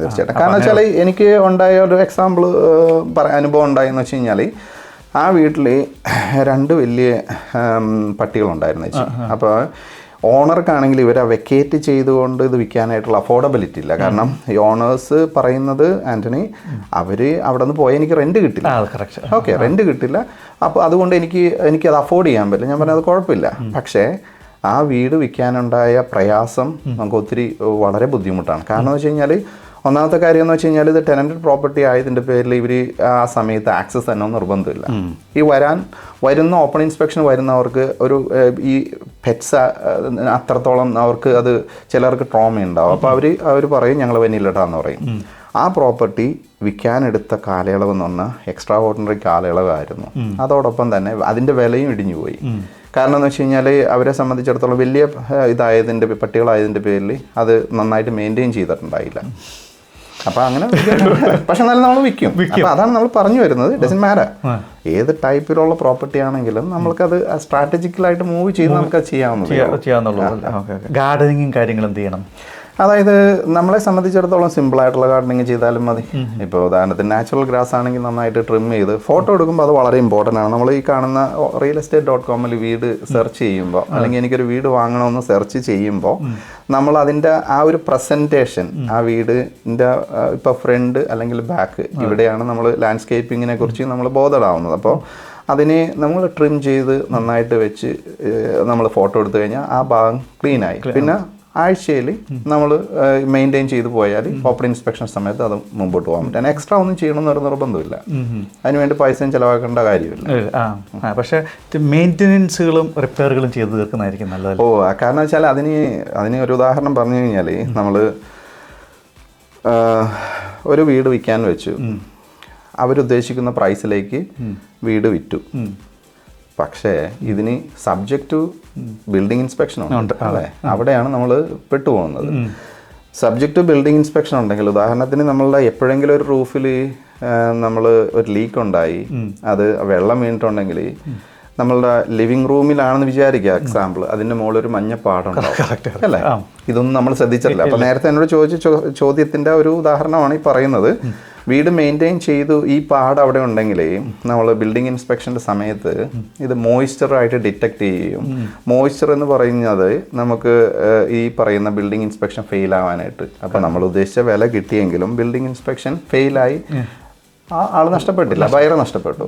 അപ്പം അതായത് ഒരു പരിധി വരെ ഇത്തിരി പഴയ വീടൊക്കെ ആണെങ്കിൽ ബിൽഡിംഗ് ഇൻസ്പെക്ഷൻ ഒന്ന് ചെയ്യുന്നത് നല്ലതായിരിക്കും, നമ്മൾ വിൽക്കാൻ ഇടുന്നതിന് മുമ്പല്ലേ. അതും ഓപ്ഷണലാണ് കേട്ടോ. $500 കൊടുത്താൽ അല്ലേ? ഇപ്പം നമ്മളെ സംബന്ധിച്ചിടത്തോളം $550 കൊടുത്താൽ നമുക്കൊരു ബിൽഡിംഗ് ഇൻസ്പെക്ഷൻ ചെയ്ത് കിട്ടും. ഓക്കെ, ഈ ബിൽഡിംഗ് ഇൻസ്പെക്ഷൻ ചെയ്ത് കിട്ടുമ്പോൾ നമ്മൾ ലാഭം വരുന്ന ഏരിയ എന്ന് പറഞ്ഞാൽ ഇതുപോലെയുള്ള സാധ്യതയുള്ളത്. വേറൊരു ഉദാഹരണം കൂടി പറഞ്ഞു കഴിഞ്ഞാൽ, നന്നായിട്ട് നമ്മളിപ്പോൾ ഓണേഴ്സിന് ഈ ഓപ്ഷൻ കൊടുക്കും. ഓണേഴ്സ് പറയും, ആൻ്റണി ഞങ്ങൾ വെൽ മെയിൻറ്റെയിൻഡ് വീടാണ്. ഞാൻ പറഞ്ഞു വെരി ഗുഡ്. അപ്പോൾ ഞാൻ പറഞ്ഞു ഉറപ്പാണോ? ഞാൻ പറഞ്ഞു എവിടെയെങ്കിലുമൊക്കെ ഒരു ചെറിയത് മാത്രം മതി നമുക്ക്. അപ്പോൾ അവർ പറയും ഒരു കാരണവശാലും ഇതിനൊരു കുഴപ്പം വരില്ല. നമ്മൾ ഓക്കെ, ദാറ്റ്സ് ഓക്കെ, അത് ഓപ്ഷനാണല്ലോ. കാരണം എത്ര നാളത്തേക്ക് കംപ്ലൈൻ്റ് ഒന്നും വന്നിട്ടില്ല, ഒന്നുമില്ല. വീട് വിൽക്കാനായിട്ടുള്ള കോൺട്രാക്ട് തയ്യാറാക്കി ബിൽഡിംഗ് ഇൻസ്പെക്ഷൻ ഇനിഷ്യേറ്റ് ചെയ്തു. ബിൽഡിംഗ് റിപ്പോർട്ട് വന്നു കഴിഞ്ഞപ്പോൾ ഷവറിൽ മോയ്സ്ചർ ഡിറ്റക്ട് ചെയ്തു. ഒന്നുമില്ല, താഴത്തുള്ള ഒരു ടൈല് പൊട്ടിയിരുന്നു, അതിലേക്ക് കൂടി വെള്ളം ഇറങ്ങി ഫ്ലോറിങ്ങിൽ പോയി, ബിൽഡിങ് ഇൻസ്പെക്ഷൻ ഫെയിലായി. സ്റ്റമ്പിലായിരുന്നത് അല്ല, ഈ കാണുന്ന ഈ ഷവർ സ്ക്രീനിന്റെ ഉള്ളിലുള്ള ടൈലിന്റെ അടിയിൽ ഒരു ചെറിയ ക്രാക്ക് ഉണ്ടായിരുന്നു, അത് നോട്ടീസ് ചെയ്തില്ല. അതൊരു ഇൻസ്റ്റൻസ്. രണ്ടാമത്തെ ഒരു ഇൻസ്റ്റൻസ്, സെയിം വീട് തന്നെ, ആ മാസത്തിൽ എപ്പോഴും കാറ്റുണ്ടായിട്ട് ഒരു ടൈലും പോയി. ടൈല് പോയി, ഇവരറിഞ്ഞില്ല, അതിൽ കൂടി വെള്ളം ഇറങ്ങി മുകളിൽ മോയ്സ്ചർ വന്ന് ബിൽഡിംഗ് ഇൻസ്പെക്ഷൻ ഫെയിലായി. അപ്പോൾ വളരെ ഇമ്പോർട്ടൻ്റ് എന്ന് പറയുന്നത് ഇതൊരു അഡ്വൈസബിൾ ആണ്. നിങ്ങൾ ഇതെടുത്താൽ ഒരു സർപ്രൈസ് നമുക്ക് ഒഴിവാക്കാം. ഒരു പക്ഷേ നമുക്കത് ഫിക്സ് ചെയ്യാം. ഇത് തീർച്ചയായിട്ടും അതാണ് നേരത്തെ പറഞ്ഞത്. ഇതിലെല്ലാനും ഒരു ഏജന്റ് നമ്മളോട് അഡ്വൈസ് ചെയ്യണ്ടേ. അതായത് മിസ്റ്റർ ആൻഡ് മിസ്സിസ് വെൻഡർ, അതായത് ഇതുപോലത്തെ ഒരു ഇൻസ്റ്റൻസ് നമുക്ക് നേരത്തെ ഉണ്ടായിട്ടുണ്ട്. നിങ്ങൾക്ക് വേണമെങ്കിൽ ഒരു $550 കൊടുത്ത് ബിൽഡിംഗ് ഇൻസ്പെക്ഷൻ വേണമെങ്കിൽ ചെയ്യാം. എന്നിട്ട് അതിലുണ്ടാവുന്ന കോസ്മെറ്റിക്കൽ ആയിട്ടുള്ളതോ മേജർ ആയിട്ടുള്ളതോ എല്ലാത്തിനും നമുക്ക് സൊല്യൂഷൻ ഉണ്ട്. അതന്നെ. അപ്പോൾ അതാണ് ആൻ്റണി പ്രത്യേകിച്ച് പറഞ്ഞൊരു കാര്യമാണ്. നമ്മൾ ബിൽഡിംഗ് ഇൻസ്പെക്ഷൻ നമ്മൾ മേടിക്കുന്നതിന് മുമ്പ് മാത്രമല്ല, വിൽക്കുന്നതിന് മുമ്പും ചെയ്ത് കഴിഞ്ഞാൽ അത് നമുക്ക് വളരെയധികം ഗുണം ചെയ്യും. ചെറിയ ചെറിയ കാര്യങ്ങളായിരിക്കും, ചിലപ്പോൾ $10,000 തീരേണ്ട കേസായിരിക്കും നമ്മൾ ഡയറക്റ്റ് ചെയ്താൽ. അതല്ല നമ്മൾ വിൽക്കുന്ന സമയത്ത് ഇപ്പോൾ അവർക്ക് വേണം ബാർഗെയിൻ ചെയ്യാൻ പാടില്ലേ. തീർച്ചയായിട്ടും. അതായത് അവർ ബാർഗെയിൻ ചെയ്യുമ്പോൾ $4,000-5,000 ആയിരിക്കും ബാർഗെയിൻ ചെയ്യുന്നത്. തീർച്ചയായിട്ടും. അപ്പോൾ നമുക്കൊരു എന്താ പറയുക, നമ്മളത് ചെയ്ത് നമ്മൾ അറിയുവാണ് സംഭവം പെർഫെക്റ്റ് ആണെന്ന് പറഞ്ഞാൽ നമുക്കൊരു കോൺഫിഡൻസ് ആണ്. അപ്പോൾ നമുക്ക് നമ്മുടെ ബാർഗെയിനും സ്ട്രോങ് ആയിരിക്കും. തീർച്ചയായിട്ടും അല്ലേ. കാരണം എപ്പോഴും കോൺട്രാക്ട് സബ്ജക്ട് ഓഫ് ഫൈനാൻസും സബ്ജക്ട് ഓഫ് ബിൽഡിംഗ് ആൻഡ് പെസ്റ്റും കോമൺ ആണ്. തീർച്ചയായിട്ടും. അതെ. അപ്പോൾ ഈ ബിൽഡിംഗ് ആൻഡ് പെറ്റ്സിലും പിന്നെ അതിലാണ് കൂടുതലും പരാജയപ്പെടുന്നത്. ഒരു പ്രൊപ്പോർഷനേറ്റ്ലി അതിൽ ഫെയിലായി പോകാറുണ്ട്. പിന്നെ ഫിനാൻസും വരാറുണ്ട് കേട്ടോ. അതിന് ഫിനാൻസിലൊരു കാര്യം ചോദിക്കാനുള്ളത്, നമുക്ക് പലരും വെക്കുന്ന സബ്ജക്റ്റ് ഫിനാൻസാണ്, ചിലർ അൺകണ്ടീഷണലാണ്. അപ്പോൾ നിങ്ങൾ ഓഫർ സാധാരണഗതിയിൽ അക്സെപ്റ്റ് ചെയ്യുമ്പോൾ കൂടുതലും പ്രിഫർ ചെയ്യുന്നത് ഒരു അൺകണ്ടീഷണലാണോ സബ്ജക്റ്റ് ഫിനാൻസ് ആണോ? ആ ചോദ്യം വളരെ പ്രസക്തമാണ്. ഇപ്പം നമ്മൾ നിൽക്കുന്ന കാലയളവിൽ അൺകണ്ടീഷണൽ ഓഫേഴ്സ് വളരെ റെയറാണ്. അതൊക്കെ ഗോൾഡായിട്ടാണ് ഞങ്ങൾ കണക്കാക്കപ്പെടുന്നത്. അത് എന്തുകൊണ്ടാണെന്ന് നമുക്ക് എല്ലാവർക്കും അറിയാം. കാരണം എന്ന് വെച്ച് കഴിഞ്ഞാൽ ഒരു വീടിൻ്റെ ഒരു എക്സ് എന്ന് പറയുന്ന ഒരു വീടിൻ്റെ ഒരു കോൺട്രാക്ട് പ്രൈസ് ഒരു 700 നമ്മൾ എഴുതി രണ്ടുപേർക്കും എക്സ്ചേഞ്ച് ചെയ്യപ്പെട്ടിട്ടുണ്ടെങ്കിൽ ഈ വീട് സബ്ജക്റ്റ് ടു ഫൈനാൻസ് എന്ന് പറയുന്ന ഓപ്ഷൻ ഉള്ളപ്പോൾ ബാങ്ക് വാല്യുവേഷൻ വിടുമ്പോൾ ഈ ബാങ്ക് ഇതിന് 700 വാല്യൂ ചെയ്തിട്ടില്ല, 690 ആണ് വാല്യൂ ചെയ്യുന്നതെങ്കിൽ സബ്ജക്ട് ടു ഫൈനാൻസ് ക്ലോസിൽ ഇത് കോൺട്രാക്ട് ഇൻവാലിഡായി അല്ലേ. അപ്പോൾ അതുകൊണ്ട് അൺകണ്ടീഷണൽ ഓഫേഴ്സ് എന്ന് പറയുന്നവൻ അവൻ്റെ കൈവശം അത്രത്തോളം ബഫർ മണി ഉണ്ടെങ്കിലേ അദ്ദേഹത്തിന് അൺകണ്ടീഷണൽ ആയിട്ട് പോകാൻ പറ്റുള്ളൂ. അപ്പം ഒരു $5,000-10,000 അൺകണ്ടീഷണൽകാരൻ താത്തി പറഞ്ഞാലും തീർച്ചയായിട്ടും നമ്മൾ ഇപ്പോൾ ഈ മാർക്കറ്റിൽ നോക്കാൻ നേരത്ത് നമുക്ക് ഇപ്പോൾ 2-3 ഓഫേഴ്സ് വരാം. ഈ 2-3 ഓഫേഴ്സ് വരാൻ നേരത്ത് അത് ബെസ്റ്റ് സെനാറിയോ, അതിലൊരു അൺകണ്ടീഷണൽ ഓഫർ ഉണ്ടെങ്കിൽ അതെപ്പോഴും മറ്റുള്ള ഓഫേഴ്സിനേക്കാൾ കുറവ് തന്നെ ആയിരിക്കും.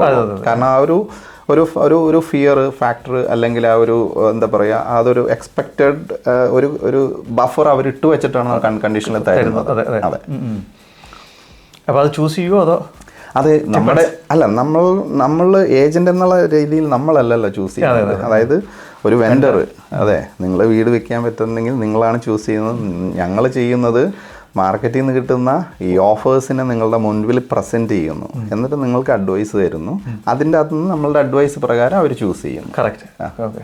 അല്ല, അതും വളരെ ഇമ്പോർട്ടൻ്റ് ആണ്. കാരണം പലപ്പോഴും പ്രോപ്പർട്ടികൾ കയ്യിൽ നിന്ന് വിൽക്കാൻ സാധിക്കാതെ പോകുന്നത് ഈ $5,000 അല്ലെങ്കിൽ $10,000 വ്യത്യാസം വരും. ഒരു വലിയ എമൗണ്ട് തന്നെയാണ് കേട്ടോ. അതോടൊപ്പം തന്നെ വരുന്നൊരു സംഭവമാണ് ഈ കണ്ടീഷണൽ ആയിട്ടുള്ളത്. പലപ്പോഴും ബാങ്കുകാർ $10,000-15,000 ചിലപ്പോൾ മാർക്കറ്റ് താഴോട്ടാണെങ്കിലും ഇത് സംഭവിക്കും, അപ്പാണെങ്കിലും ഇത് സംഭവിക്കും. തീർച്ചയായിട്ടും ഇല്ലേ? ഇപ്പോൾ മാർക്കറ്റ് പലപ്പോഴും ബാങ്കിൻ്റെ വാല്യുവേഷൻ അപ്പ് ഹോട്ട് സീസണിലാണ് ഹോട്ട് ആയിട്ടുള്ള മാർക്കറ്റിൽ ഇത്തിരി കുറവായിരിക്കും. അതായത് നമ്മൾ ചിന്തിക്കേണ്ട കേസ് ഇത് വെറും ഒരു ചെറിയൊരു കോമൺ സെൻസ് ആണ്. മാർക്കറ്റ് മുകളിലേക്ക് പോയിക്കൊണ്ടിരിക്കുന്ന അവസരത്തിൽ ഈ പ്രോപ്പർട്ടി നേരത്തെ പറഞ്ഞ അതേ ഇതെടുത്തു കഴിഞ്ഞാൽ 700 എന്ന് പറയുന്ന ഇന്ന് കോൺട്രാക്റ്റിൽ കിട്ടിയത് വെയിറ്റ് ചെയ്യും തോറും അത് 700+ ആയിട്ട് മാറുമെന്നുള്ളൊരു എക്സ്പെക്റ്റഡ് സ്പെക്കുലേഷൻ എന്ന് പറയാൻ പറ്റില്ല. അതൊരു മാർക്കറ്റ് അനാലിസിസ് പ്രകാരം ബാങ്ക് വാല്യുവേഷൻ ചിലപ്പോൾ ബാങ്ക് വാല്യുവേഷൻ ഒരിക്കലും നമ്മളുടെ അനുഭവ പ്രകാരം കോൺട്രാക്ട് പ്രൈസിനേക്കാൾ മേലെ വരാറില്ല. അറ്റ് കോൺട്രാക്ട് പ്രൈസ് അല്ലെങ്കിൽ അതിന് താഴെയുള്ള കോൺട്രാക്ട് പ്രൈസിലാണ് വരാറുള്ളത്. അപ്പോൾ നേരത്തെ പറഞ്ഞ പോലെ നല്ല മാർക്കറ്റിൽ, അതായത് 2022 കാലഘട്ടങ്ങളിൽ നമ്മൾ ഓപ്ഷൻ ക്ലിയറൻസ് റേറ്റ് എടുത്ത് നോക്കിക്കഴിഞ്ഞാൽ നമ്മൾക്ക് വളരെ ഹൈ ആയിരിക്കുള്ളൂ. പക്ഷേ അതേസമയം ഇപ്പോൾ ഈ കഴിഞ്ഞ കോർലോജിക്ക് പ്രകാരം ഓപ്ഷൻ്റെ ക്ലിയറൻസ് റേറ്റ് ഇപ്പോൾ ക്ലിയർ ആയിട്ട് കുറച്ച് പറയുന്നത് 6.8. അതായത് 10 പ്രോപ്പർട്ടികൾ നമ്മൾ മാർക്കറ്റിൽ ഇട്ടാൽ ഒരു 6-7 പ്രോപ്പർട്ടികളാണ് ഓപ്ഷനിൽ വിറ്റ് പോവുള്ളൂ. ഓപ്ഷനിൽ വിറ്റ് പോകുമ്പോൾ നമുക്ക് അൺകണ്ടീഷണൽ ഓഫേഴ്സ് നമുക്ക് അതെ, ഓപ്ഷൻ്റെ കാര്യം പറഞ്ഞപ്പോൾ വിചാരിച്ചത്, നിങ്ങൾ ഓപ്ഷനാണോ ഓഫ് മാർക്കറ്റ് ആണോ അതോ സാധാരണ പ്രൈവറ്റ് സെയിലാണോ റെക്കമെൻഡ് ചെയ്യുന്നത്? നമ്മൾ റെക്കമെൻഡേഷൻ എന്ന് പറയുമ്പോൾ ഇതെല്ലാം നമ്മൾ കൊടുക്കുന്ന നിങ്ങൾക്ക് തരുന്ന ഓപ്ഷൻസാണ്. അതായത് ഒരു വെൻഡർ അവരുടെ വീട് വിൽക്കാനായിട്ട് നമ്മളുടെ അപ്രോച്ച് ചെയ്യാൻ നേരത്തെ അപ്രൈസിൻ്റെ സമയത്ത് നിങ്ങൾക്ക് തരുന്ന ഓപ്ഷൻസാണ് പ്രൈവറ്റ് സെയില്, ഓഫ് മാർക്കറ്റിങ് അല്ലെങ്കിൽ ഓപ്ഷൻസ്. പക്ഷേ ഇത് മൂന്നിനും പ്രോസ് ആൻഡ് കോൺസ് ഉണ്ടാകും. ഇത് അവരെ പറഞ്ഞ് ധരിപ്പിക്കണം. കാരണം ചില ആൾക്കാർ പറയും എൻ്റെ പ്രോപ്പർട്ടി ഓപ്ഷനിൽ വിറ്റാൽ മതി എന്ന് പറയും അല്ലേ. അപ്പോൾ നമ്മൾ അവർക്ക് അതിൻ്റെ അഡ്വാൻറ്റേജ് പറയും. ഉദാഹരണത്തിന് ഓപ്ഷൻ്റെ ഏറ്റവും പ്രധാനപ്പെട്ട അഡ്വാൻറ്റേജ് എന്ന് പറഞ്ഞാൽ അൺകണ്ടീഷണൽ ഓഫറിൽ നമ്മുടെ പ്രോപ്പർട്ടി സോൾഡ് ആവും. അതിന് സബ്ജക്റ്റ് ഫൈനാൻസ് ഇല്ല, ബിൽഡിംഗ് ഇൻസ്പെക്ഷൻ ഇല്ല. ബിൽഡിംഗ് ഇൻസ്പെക്ഷൻ ചിലപ്പോൾ അവർ ചെയ്യാം പ്രയർ ടു ഓഫർ. അപ്പോൾ 30 days ഇപ്പോൾ മാർക്കറ്റിലേക്ക്, അതായത് അന്ന് ഞങ്ങൾ ഓപ്ഷൻ ക്യാമ്പയിൻ നടത്തുന്നത് 4 ആഴ്ചത്തെ ക്യാമ്പയിൻ നടത്തും. ഇപ്പോൾ ജാനുവരി 1 തീയതി അല്ലെങ്കിൽ ഫെബ്രുവരി 1 തീയതി മാർക്കറ്റിൽ പോയാൽ 4 ആഴ്ചത്തെ ഓപ്ഷൻ ക്യാമ്പയിൻ നടത്തും. ഈ ഓപ്ഷൻ ക്യാമ്പയിൻ എന്ന് പറയുമ്പോൾ നമ്മൾ ഇത്രയും ഓപ്പൺ ഇൻസ്പെക്ഷൻസ് നടത്തുന്നു. സാറ്റർഡേയിൽ, അതായത് 30 തീയതി വരുന്ന സാറ്റർഡേയിൽ നമ്മൾ 11:30 ഏതൊരു ഹോട്ട് ടൈമിൽ ഓപ്ഷൻ ഡിക്ലെയർ ചെയ്യുന്നു, ഓപ്ഷൻ വയ്ക്കുന്നു, ഓപ്ഷനിൽ പ്രോപ്പർട്ടി സോൾഡ് ആവുന്നു. ഇതാണ് നമ്മൾക്ക് ബെസ്റ്റ് കേസ് സിനാരിയോ. അപ്പോൾ അതിൻ്റെ അതൊരു റിസ്ക് ഫാക്ടർ കൂടി ഉണ്ട്. നമ്മൾ നേരത്തെ പറഞ്ഞ പോലെ ഓപ്ഷൻ ക്ലിയറൻസ് റേറ്റ് വളരെ കുറവെന്ന് പറയാൻ പറ്റില്ല. അതിൻ്റെ അകത്ത് 7 അല്ലെങ്കിൽ 70% നമുക്ക് പറയാൻ പറ്റുള്ളൂ. അതായത് 10 പ്രോപ്പർട്ടി ഇട്ടാൽ 7 പ്രോപ്പർട്ടികൾ വിൽക്കാം അല്ലേ. ശരിക്കും ഒരു പക്ഷേ ഹോട്ട് മാർക്കറ്റിൽ ഓപ്ഷൻ ഒരു നല്ല സ്ട്രാറ്റജി തീർച്ചയായിട്ടും. കാരണം എന്ന് വെച്ച് കഴിഞ്ഞാൽ നമ്മളെ സംബന്ധിച്ച് ഞങ്ങളും പ്രിഫർ ചെയ്യുന്നത് അത് തന്നെയാണ്. കാരണം എന്ന് വെച്ചാൽ അത്രയും സ്റ്റോക്കുകൾ നമ്മളിങ്ങനെ നമ്മൾക്ക് വിൽക്കപ്പെടണ്ടേ. മറ്റേ പ്രൈവറ്റ് സെയിൽ എന്ന് പറഞ്ഞാൽ ഈ കാണുന്ന വെൻഡറും അതോടൊപ്പം തന്നെ നമ്മൾക്കും ഒരു ടാർഗറ്റ് ഡേറ്റ് ഇല്ല. മറ്റേതെന്ന് പറയുമ്പോൾ 30 days എന്ന് പറയുന്ന ഒരു ടാർഗറ്റഡ് ഡേറ്റ് രണ്ടുപേർക്കും ഉണ്ട്. അപ്പോൾ ആ പ്രഷർ അനുസരിച്ചിട്ട് നമ്മളത് വിൽക്കാൻ ശ്രമിക്കും. എന്നാൽ നമ്മൾ അവരോട് പറയും, നിങ്ങൾക്ക് ഈ ഓപ്ഷൻ സ്യൂട്ടബിൾ ആണോ? ഓക്കെ, കാരണം അപ്പോൾ വീണ്ടും നമ്മൾ സബ്ജക്റ്റ് മാറിപ്പോകുന്നതല്ല, എന്തുകൊണ്ട് സൂട്ടബിൾ ആകുന്നില്ല എന്ന് പറഞ്ഞാൽ നേരത്തെ ഒരു പ്രോപ്പർട്ടി നമ്മളെ വിൽക്കാനേൽപ്പിക്കാൻ വേണ്ടി ഞാൻ അവിടെ ചെല്ലുമ്പോൾ നമുക്കറിയാം ആരാണ് അതിൻ്റെ പ്രപ്പോസ്ഡ് ബയർ അല്ലേ. ഈ ബയറെ സംബന്ധിച്ചിടത്തോളം നമ്മളിപ്പോൾ മെൽബണിലെ ആവറേജ് പ്രൈസ് എന്ന് പറഞ്ഞ് നമ്മൾ നോക്കാൻ നേരത്ത് 700 to 800 അല്ലെങ്കിൽ 900 എന്ന് പറയുന്ന ഒരു കാറ്റഗറിയിലേക്ക് ആവറേജ് വരുന്നു. ഈ 7 ലക്ഷം അല്ലെങ്കിൽ 700,000 ഒരു പ്രോപ്പർട്ടി ഒരു ഫസ്റ്റ് ഹോം ബയർക്ക് വാങ്ങണമെന്നുണ്ടെങ്കിൽ നേരത്തെ നിങ്ങളുടെ വീഡിയോയിൽ ഞാൻ കണ്ടായിരുന്നു 5% അല്ലെങ്കിൽ 10% ഡെപ്പോസിറ്റ് ആയിട്ട് വരുമ്പോൾ 5% ഒന്ന് കൂട്ടാം മിനിമം. അതായത് 700,000 5% $35,000 കൈവശം ഉണ്ട്. വാങ്ങാൻ പറ്റുമോ? ഇല്ല. കാരണം എന്താ, 6 വരെയുള്ളവർക്ക് മാത്രമേ സ്റ്റാമ്പ് ഡ്യൂട്ടി എക്സംഷൻ ഉള്ളൂ. അപ്പോൾ 600-നും 700-നും ഇടയ്ക്ക് വരുമ്പോൾ ഒരു സ്റ്റാമ്പ് ഡ്യൂട്ടി അവർ കൊടുക്കണം. അതിപ്പോൾ ഓൺലൈനിൽ SRO സൈറ്റിൽ കയറിയാൽ അറിയാം, ഒരു $32,000 സ്റ്റാമ്പ് ഡ്യൂട്ടി വന്നു. അപ്പോൾ നേരത്തെ വന്ന ഒരു 35,000 5%-ഉം നമ്മളുടെ സ്റ്റാമ്പ് ഡ്യൂട്ടി ഒരു 32,000, കൂടാതെ നമുക്ക് കൺവെൻസർ വേണം. അത് നേരത്തെ പറയാൻ വിട്ടുപോയി, നമുക്ക് കൺവെൻസർ വേണം, അത് നമുക്ക് പറയാം. അപ്പോൾ ഈ $75,000 ഉള്ള ഒരാളാണ് നമുക്ക് ഇത് വാങ്ങാനായിട്ടുള്ള ഫസ്റ്റ് ഹോം ബയർ എന്ന് പറയുന്നത്. അപ്പോൾ ഈ ഫസ്റ്റ് ഹോം ബയർക്ക് ഈ 7 ലക്ഷം എന്ന് പറയുന്ന കാറ്റഗറിയിലുള്ള ഒരു വീട് വാങ്ങണമെന്നുണ്ടെങ്കിൽ മിനിമം $75,000 കയ്യിലുണ്ടെങ്കിലേ വാങ്ങാൻ പറ്റുള്ളല്ലോ അല്ലേ. അപ്പോൾ അവനെ സംബന്ധിച്ചിടത്തോളം അദ്ദേഹത്തിന് ഈ ഓപ്ഷനിൽ പങ്കെടുക്കാനായിട്ട് അവൻ മടിക്കും.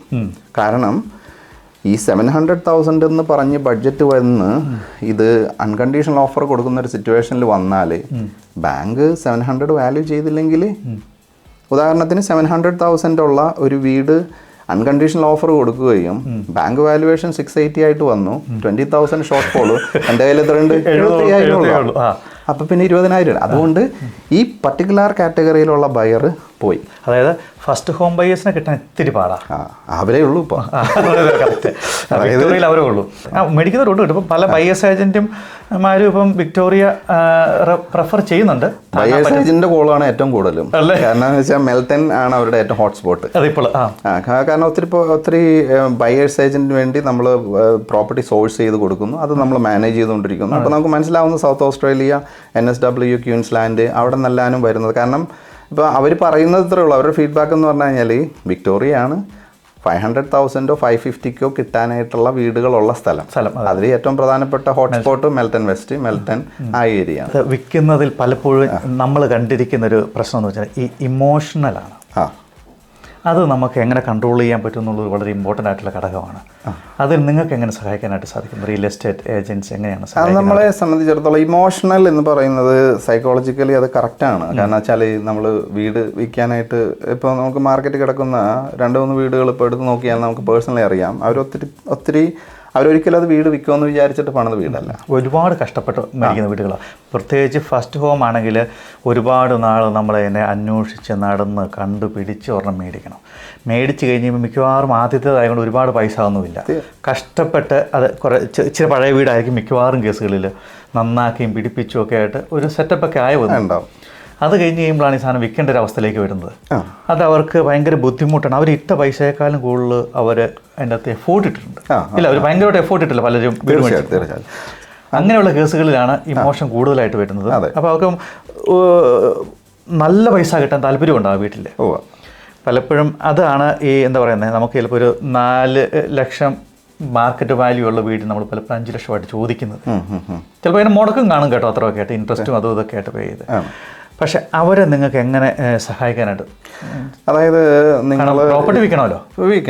ഓക്കെ, നിങ്ങൾ കാണുന്ന പ്രേക്ഷകരെ സംബന്ധിച്ചിടത്തോളം അങ്ങനെ ആരെങ്കിലും ഉണ്ടെങ്കിൽ ആദ്യം നമ്മളെ സംബന്ധിച്ചിടത്തോളം ചിന്തിക്കുന്നത് എന്തുകൊണ്ട് നമ്മൾ വീട് വിൽക്കുന്നു എന്നുള്ളത് ഐഡന്റിഫൈ ചെയ്യണം. ചിലപ്പോൾ നമ്മൾ അപ്ഗ്രേഡ് ആണ്, അല്ലെങ്കിൽ റീലൊക്കേറ്റ് ചെയ്തപ്പെട്ട് പോവുകയാണോ, അല്ലെങ്കിൽ എന്തെങ്കിലും രീതിയിലുള്ള ഫൈനാൻഷ്യൽ സിറ്റുവേഷൻ ആണോ, അതൊരു കാര്യം. അപ്പോൾ അതുകൊണ്ടാണ് നേരത്തെ പറഞ്ഞ സെലക്ഷൻ ഓഫ് ഏജന്റിന് ഒരു എംപതി, ആ എംപതറ്റിക് ആണെങ്കിൽ അദ്ദേഹത്തിനെ സംബന്ധിച്ചിടത്തോളം ഇവരുടെ ഒരു പെയിൻ, അല്ലെങ്കിൽ അവരെ സംബന്ധിച്ചിടത്തോളം ഇത്രയും അപ്ഗ്രേഡ്, അല്ലെങ്കിൽ അവർ വാങ്ങിയതിന് ശേഷം ഇത്രയും കാര്യങ്ങളൊക്കെ ചെയ്തു, അവരിൽ നിന്ന് അത് മനസ്സിലാക്കുകയും അത് ബയർ ധരിപ്പിക്കണം നമ്മൾ, അല്ലേ? അത് ആ ഒരു കമ്മ്യൂണിക്കേഷൻ സ്കില്ലിലൂടെയും അതോടൊപ്പം തന്നെ നെഗോഷിയേഷനിലൂടെയും അവരെ പറഞ്ഞ് മനസ്സിലാക്കാനായിട്ടുള്ള ഒരു ഇത് നമുക്ക് വേണം. അതോടൊപ്പം തന്നെ നമുക്ക് സാധാരണ ഒരു കമ്പയറബിൾ പ്രോപ്പർട്ടി പോലെയല്ല, അതിനേക്കാൾ ഒരു അഡീഷണൽ പൈസ ഇവർ മുടക്കിയിട്ടുണ്ട്. അതൊരു കാര്യം. രണ്ടാമത്തെ കാര്യം, നമ്മളുടെ പ്രിയപ്പെട്ട വെൻഡേഴ്സിനെയും ഓണേഴ്സിനെയും നമ്മൾ പറഞ്ഞ് മനസ്സിലാക്കണം. അതായത് ഇമോഷണൽ എന്ന് പറയുന്നത് കൂടുതൽ സാമ്പത്തിക ബാധ്യതകളിലേക്ക് പോകുമെങ്കിൽ, അല്ലേ, കൂടുതൽ സാമ്പത്തിക ബാധ്യതയിലേക്ക് പോകാനായിട്ട് സാധ്യതയുണ്ടെങ്കിൽ ആ ഇമോഷനെ സംബന്ധിച്ച് എത്രത്തോളം നമുക്ക് ഇമോഷൻ കീപ്പ് ചെയ്യാൻ പറ്റും? ബാങ്ക് ലോൺ അടക്കണ്ടേ? അപ്പോൾ അത് നമുക്ക് സംസാരിച്ച് അവരെ മനസ്സിലാക്കാൻ പറ്റും. അത് കുഴപ്പമില്ല. അതുപോലത്തെ ഒത്തിരി പ്രോപ്പർട്ടികൾ നമ്മളിപ്പോൾ മാർക്കറ്റിലുണ്ട്, അതൊക്കെ വിറ്റഴിച്ചിട്ടുണ്ട്. അവർ ഹാപ്പിയാണ്. മൂവിങ് ഫോർവേഡ് അവർ മനസ്സിലാക്കുന്ന വെച്ചാൽ ഓക്കെ, ആ ബാധ്യത എൻ്റെ കയ്യിൽ നിന്ന് പോയി. അപ്പോൾ അങ്ങനെ സിറ്റുവേഷൻ. ഈ ഒരുപക്ഷെ നമ്മുടെ ആ കറക്റ്റ് മാർക്കറ്റ് പ്രൈസ് അറിഞ്ഞു കഴിഞ്ഞാൽ, ബോധ്യപ്പെട്ട് കഴിഞ്ഞാൽ ആ ഫീലിംഗിൽ ഇച്ചിരി വ്യത്യാസം വരുമായിരിക്കും. തീർച്ചയായിട്ടും. കാരണം അതിനാണ് നമ്മൾ ഫീഡ്ബാക്ക് നിങ്ങൾക്ക് തരുന്നത്. അതായത് നമ്മൾ ഈ ഓപ്പൺ ഇൻസ്പെക്ഷൻ്റെ സമയത്ത്, അതാണ് ഒരു ഏജന്റ് കൃത്യമായിട്ട് ചെയ്യേണ്ട ചില ജോലികളുണ്ട് എല്ലാ വീക്കുകളിലും. അതായത് ഫെബ്രുവരി 1-ാം തീയതി നിങ്ങളുടെ പ്രോപ്പർട്ടി മാർക്കറ്റിൽ പോയെങ്കിൽ ആ സാറ്റർഡേ ഓപ്പൺ ഇൻസ്പെക്ഷൻ കഴിഞ്ഞു, വെനസ്ഡേ കഴിഞ്ഞു, ഫോളോയിങ് ഡേയ്സിൽ നമ്മൾ ക്യാച്ചപ്പ് ചെയ്യും നിങ്ങളായിട്ട്, അല്ലേ? വെൻഡേഴ്സായിട്ട് നമ്മൾ ക്യാച്ചപ്പ് ചെയ്യും. ഇത്ര പേര് ഓപ്പൺ ഇൻസ്പെക്ഷന് വന്നു, ഇവരുടെ ഫീഡ്ബാക്ക് ഇതാണ്. കൂടാതെ നമുക്ക് അടുത്ത വീക്കിലേക്കുള്ള സ്ട്രാറ്റജി തയ്യാറാക്കണം. അപ്പോൾ ആക്ഷൻ പ്ലാൻ. അപ്പോൾ ഈ കൃത്യമായിട്ടുള്ള മാർക്കറ്റിംഗ് ഫീഡ്ബാക്കുകൾ, വെൻഡർ റിപ്പോർട്ടിങ്, അവരുമായിട്ടുള്ള കമ്മ്യൂണിക്കേഷൻ, ഇതിലൂടെ അവർ റിയലിസ്റ്റിക് ആകും. അതായത് ഇപ്പം ഈ കഴിഞ്ഞ നമ്മൾ സെയിൽ നോക്കിക്കഴിഞ്ഞാലും നമ്മളുടെ വെൻഡേഴ്സ് ഈ രീതിയിലും മാർക്കറ്റ് ഇവിടെയും ഏജന്റ് ഇതിൻ്റെ മിഡിലും ആയിരിക്കും. ഓക്കെ, പക്ഷെ മാർക്കറ്റ് ഹൈ ആയിക്കൊണ്ടിരിക്കുമ്പോൾ നമ്മൾ ശ്രദ്ധിക്കുന്ന കേസ് എന്ന് പറഞ്ഞാൽ വെൻഡേഴ്സ് ഇവിടെയും മാർക്കറ്റ് ഇവിടെയും ഏജന്റ് അതിൻ്റെ മുകളിലും ആയിരിക്കുള്ളൂ. ഓക്കെ, അത് ആ മാർക്കറ്റിൽ നമുക്കറിയാം. അതായത് ഇന്ന് ചില പ്രോപ്പർട്ടികൾ മാർക്കറ്റിൽ വരുന്നതിന് മുമ്പേ നമുക്ക് വിൽക്കാൻ ശ്രമിക്കുന്നത് കഴിഞ്ഞ പ്രോപ്പർട്ടി വിറ്റതിൽ അത് മിസ് ഔട്ട് ആയിട്ടുള്ള കുറേ ബയേഴ്സിനെ കൊണ്ടുവന്ന് ഇത് വാങ്ങുന്ന, നമ്മൾ അതിൽ കൂടെ കടന്നു പോയില്ല. കഴിഞ്ഞ 5 വർഷത്തെ അല്ലെങ്കിൽ 6 വർഷത്തെ ഒരു റിപ്പോർട്ട് എടുത്ത് നോക്കിക്കഴിഞ്ഞാൽ നമ്മൾ തന്നെ പല പ്രോപ്പർട്ടികളിലും അങ്ങനെ ചെയ്തിട്ടുണ്ട്. പക്ഷെ ഇപ്പോഴത്തെ മാർക്കറ്റിൽ അങ്ങനെ ഒരു ഓപ്ഷൻ ഇല്ല. സൈക്കോളജിക്കലായിട്ടുള്ള ആ ഇമോഷൻസിനെ നമ്മൾ അവർ പറഞ്ഞ് മനസ്സിലാക്കി റിയലിസ്റ്റിക് ആവുന്നു, കിട്ടാവുന്ന വിലയിൽ മാക്സിമം നമുക്ക് വിൽക്കാൻ പറ്റും. പിന്നെ സ്വന്തം വീട് വിൽക്കുന്നതിൽ ബുദ്ധിമുട്ടുള്ളവരുണ്ട്. നാട്ടുകാരറിഞ്ഞാൽ എന്ന് വിചാരിക്കും, വീട്ടുകാരറിഞ്ഞാൽ എന്ന് വിചാരിക്കും, കേസുകളും അങ്ങനത്തെ ആൾക്കാരും ഉണ്ടല്ലോ. തീർച്ചയായിട്ടും. അവരെ നിങ്ങൾ എങ്ങനെയാണ് സെർവ് ചെയ്യുന്നത്? നമ്മളെ സംബന്ധിച്ചിടത്തോളം അങ്ങനെ കോൺഫിഡൻഷ്യലായിട്ട് അങ്ങനെ വിൽക്കണമെന്നുണ്ട്, മാർക്കറ്റിലേക്ക് പോകണ്ടെന്നുണ്ടെങ്കിൽ നമ്മൾ ഓഫ് മാർക്കറ്റിംഗ്, നേരത്തെ പറഞ്ഞ പോലെ ഓഫ് മാർക്കറ്റിംഗ് നമ്മൾ അത് ചെയ്യാം. ഓഫ് മാർക്കറ്റിങ്ങിൽ നമ്മൾ ഈ കാണുന്ന പ്രോപ്പർട്ടിയുടെ സ്പെസിഫിക്കേഷനും അഡ്രസ്സും നമ്മളുടെ കൈവശമുള്ള ഡാറ്റാബേസിലുള്ള ബയേഴ്സിൽ മാത്രമേ നമ്മളത് കൊടുക്കുന്നുള്ളൂ, ഡിസ്ക്ലോസ് ചെയ്യുന്നുള്ളൂ. അപ്പോൾ അവരുടെ ഈ ഒരു പ്രൈവസി നമ്മൾ പ്രൊട്ടക്റ്റഡ് ആണ്.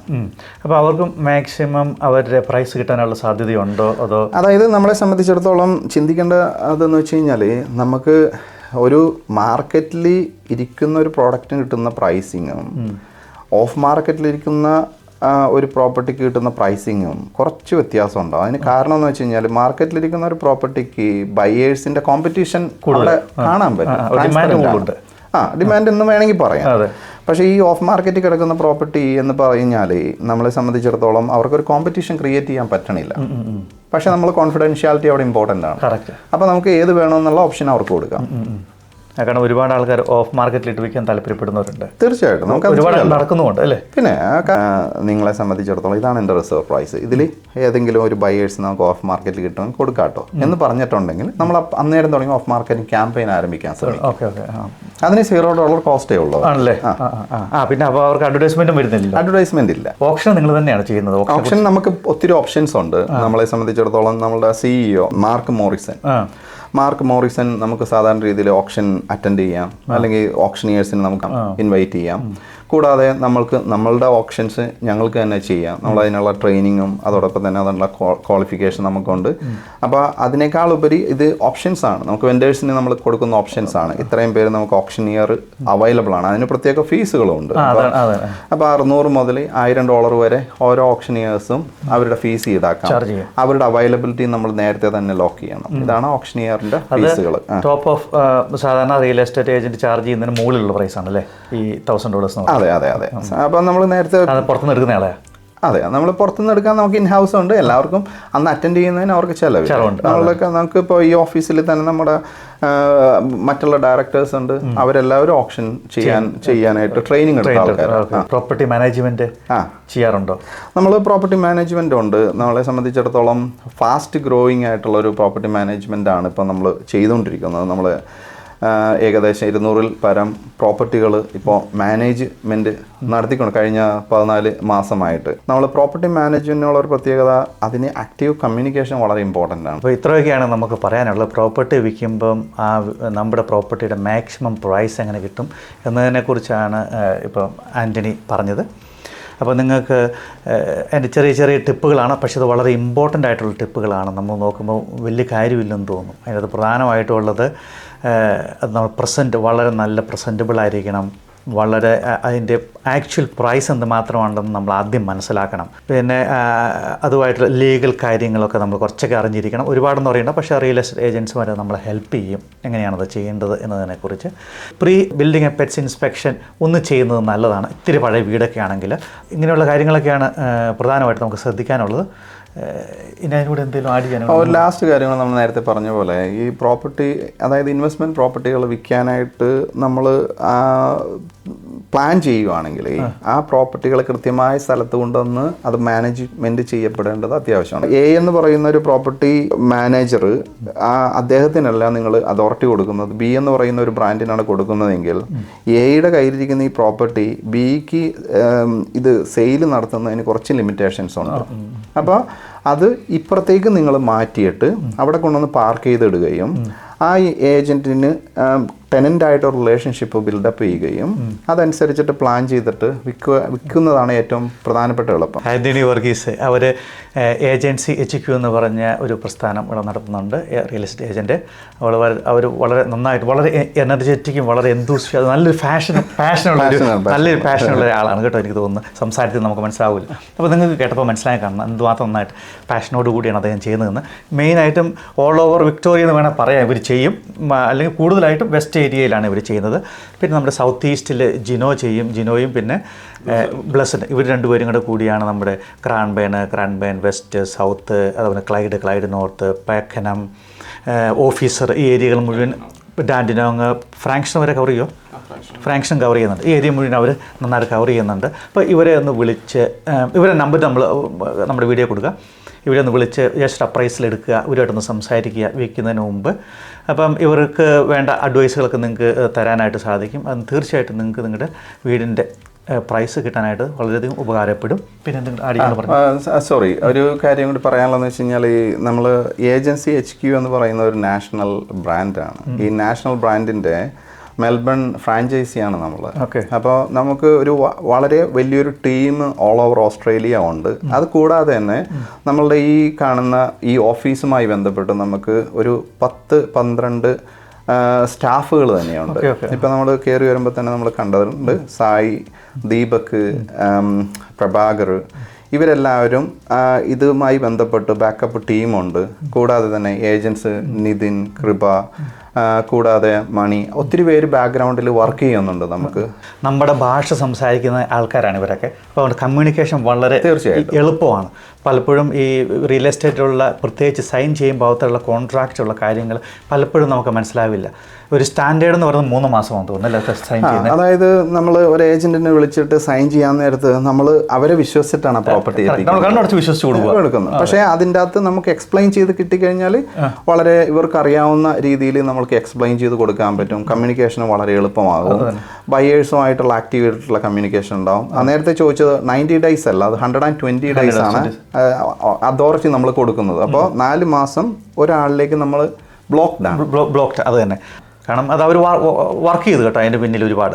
അതുകൊണ്ടാണ് അത് ലീഗലി അത് ചെയ്യണം. അപ്പോൾ അങ്ങനെയുള്ള കാര്യങ്ങളെക്കുറിച്ചും ഒക്കെ ആയിട്ട് ഡിസ്കസ് ചെയ്യാനൊക്കെ ലാംഗ്വേജ് പരമായിട്ട് നമുക്ക് മലയാളികളാണ്, നാട്ടിൽ നിന്ന് വന്ന ആൾക്കാരാണ്. അപ്പോൾ അങ്ങനെ ബുദ്ധിമുട്ടൊക്കെ ഉണ്ടെങ്കിൽ ഇവരുമായിട്ട് നല്ലതായിട്ട് അവർ ചെയ്യും. ഇവർ പിന്നെ വർഷങ്ങളായിട്ട് ഈ ഫീൽഡിൽ ചെയ്യുന്നതാണ്. തീർച്ചയായിട്ടും ഞാൻ ഇപ്പോൾ 7 വർഷമായിട്ട് റിയൽ എസ്റ്റേറ്റിൽ വളരെ ആക്റ്റീവാണ്. റിയൽ എസ്റ്റേറ്റ് ചെയ്തിട്ട് ഏജൻ്റായിട്ട് വർക്ക് ചെയ്തിട്ടുണ്ട്. അതും പ്രധാനപ്പെട്ട പല ഏജൻസികളിലും കൂടെ വർക്ക് ചെയ്തിട്ടുള്ളതല്ലേ. പിന്നെ നമ്മൾ ഏറ്റവും അവസാനം വർക്ക് ചെയ്തത് റേവൈറ്റിലായി. അപ്പോൾ നിങ്ങൾക്ക് വീട് വിൽക്കാൻ താല്പര്യമുള്ളവർക്ക് ഇവരെ വിൽക്കുക. ഇവർ തീർച്ചയായിട്ടും നിങ്ങൾ മില്ലിനേഴ്സ് ആക്കുമെന്ന് നമ്മൾ പ്രതീക്ഷിക്കുന്നു കേട്ടോ. ഉറപ്പൊന്നുമില്ല. ജിനോ അതിന് റെഡി ആയിട്ടേ ഇരിക്കുന്നത് അല്ലേ. സൗത്ത് ഈസ്റ്റിലുള്ളവരെ എല്ലാവരും ഇനി സൗത്ത് ഈസ്റ്റിലുള്ള എല്ലാവരും, അതായത് നമുക്ക് അർഹതപ്പെട്ട പൈസ നമുക്ക് കിട്ടണം. നമ്മൾ വളരെയധികം ബുദ്ധിമുട്ടി കഷ്ടപ്പെട്ട് അധ്വാനിച്ചുണ്ടാക്കിയ വീടാണ്. തീർച്ചയായിട്ടും അതിനുള്ളത് കിട്ടണം. എല്ലാവർക്കും നല്ല ദിവസം ആശംസിക്കുന്നു. നമസ്കാരം. നമസ്കാരം. താങ്ക്സ് കേട്ടോ. താങ്ക് യു കേട്ടോ ജിനോ.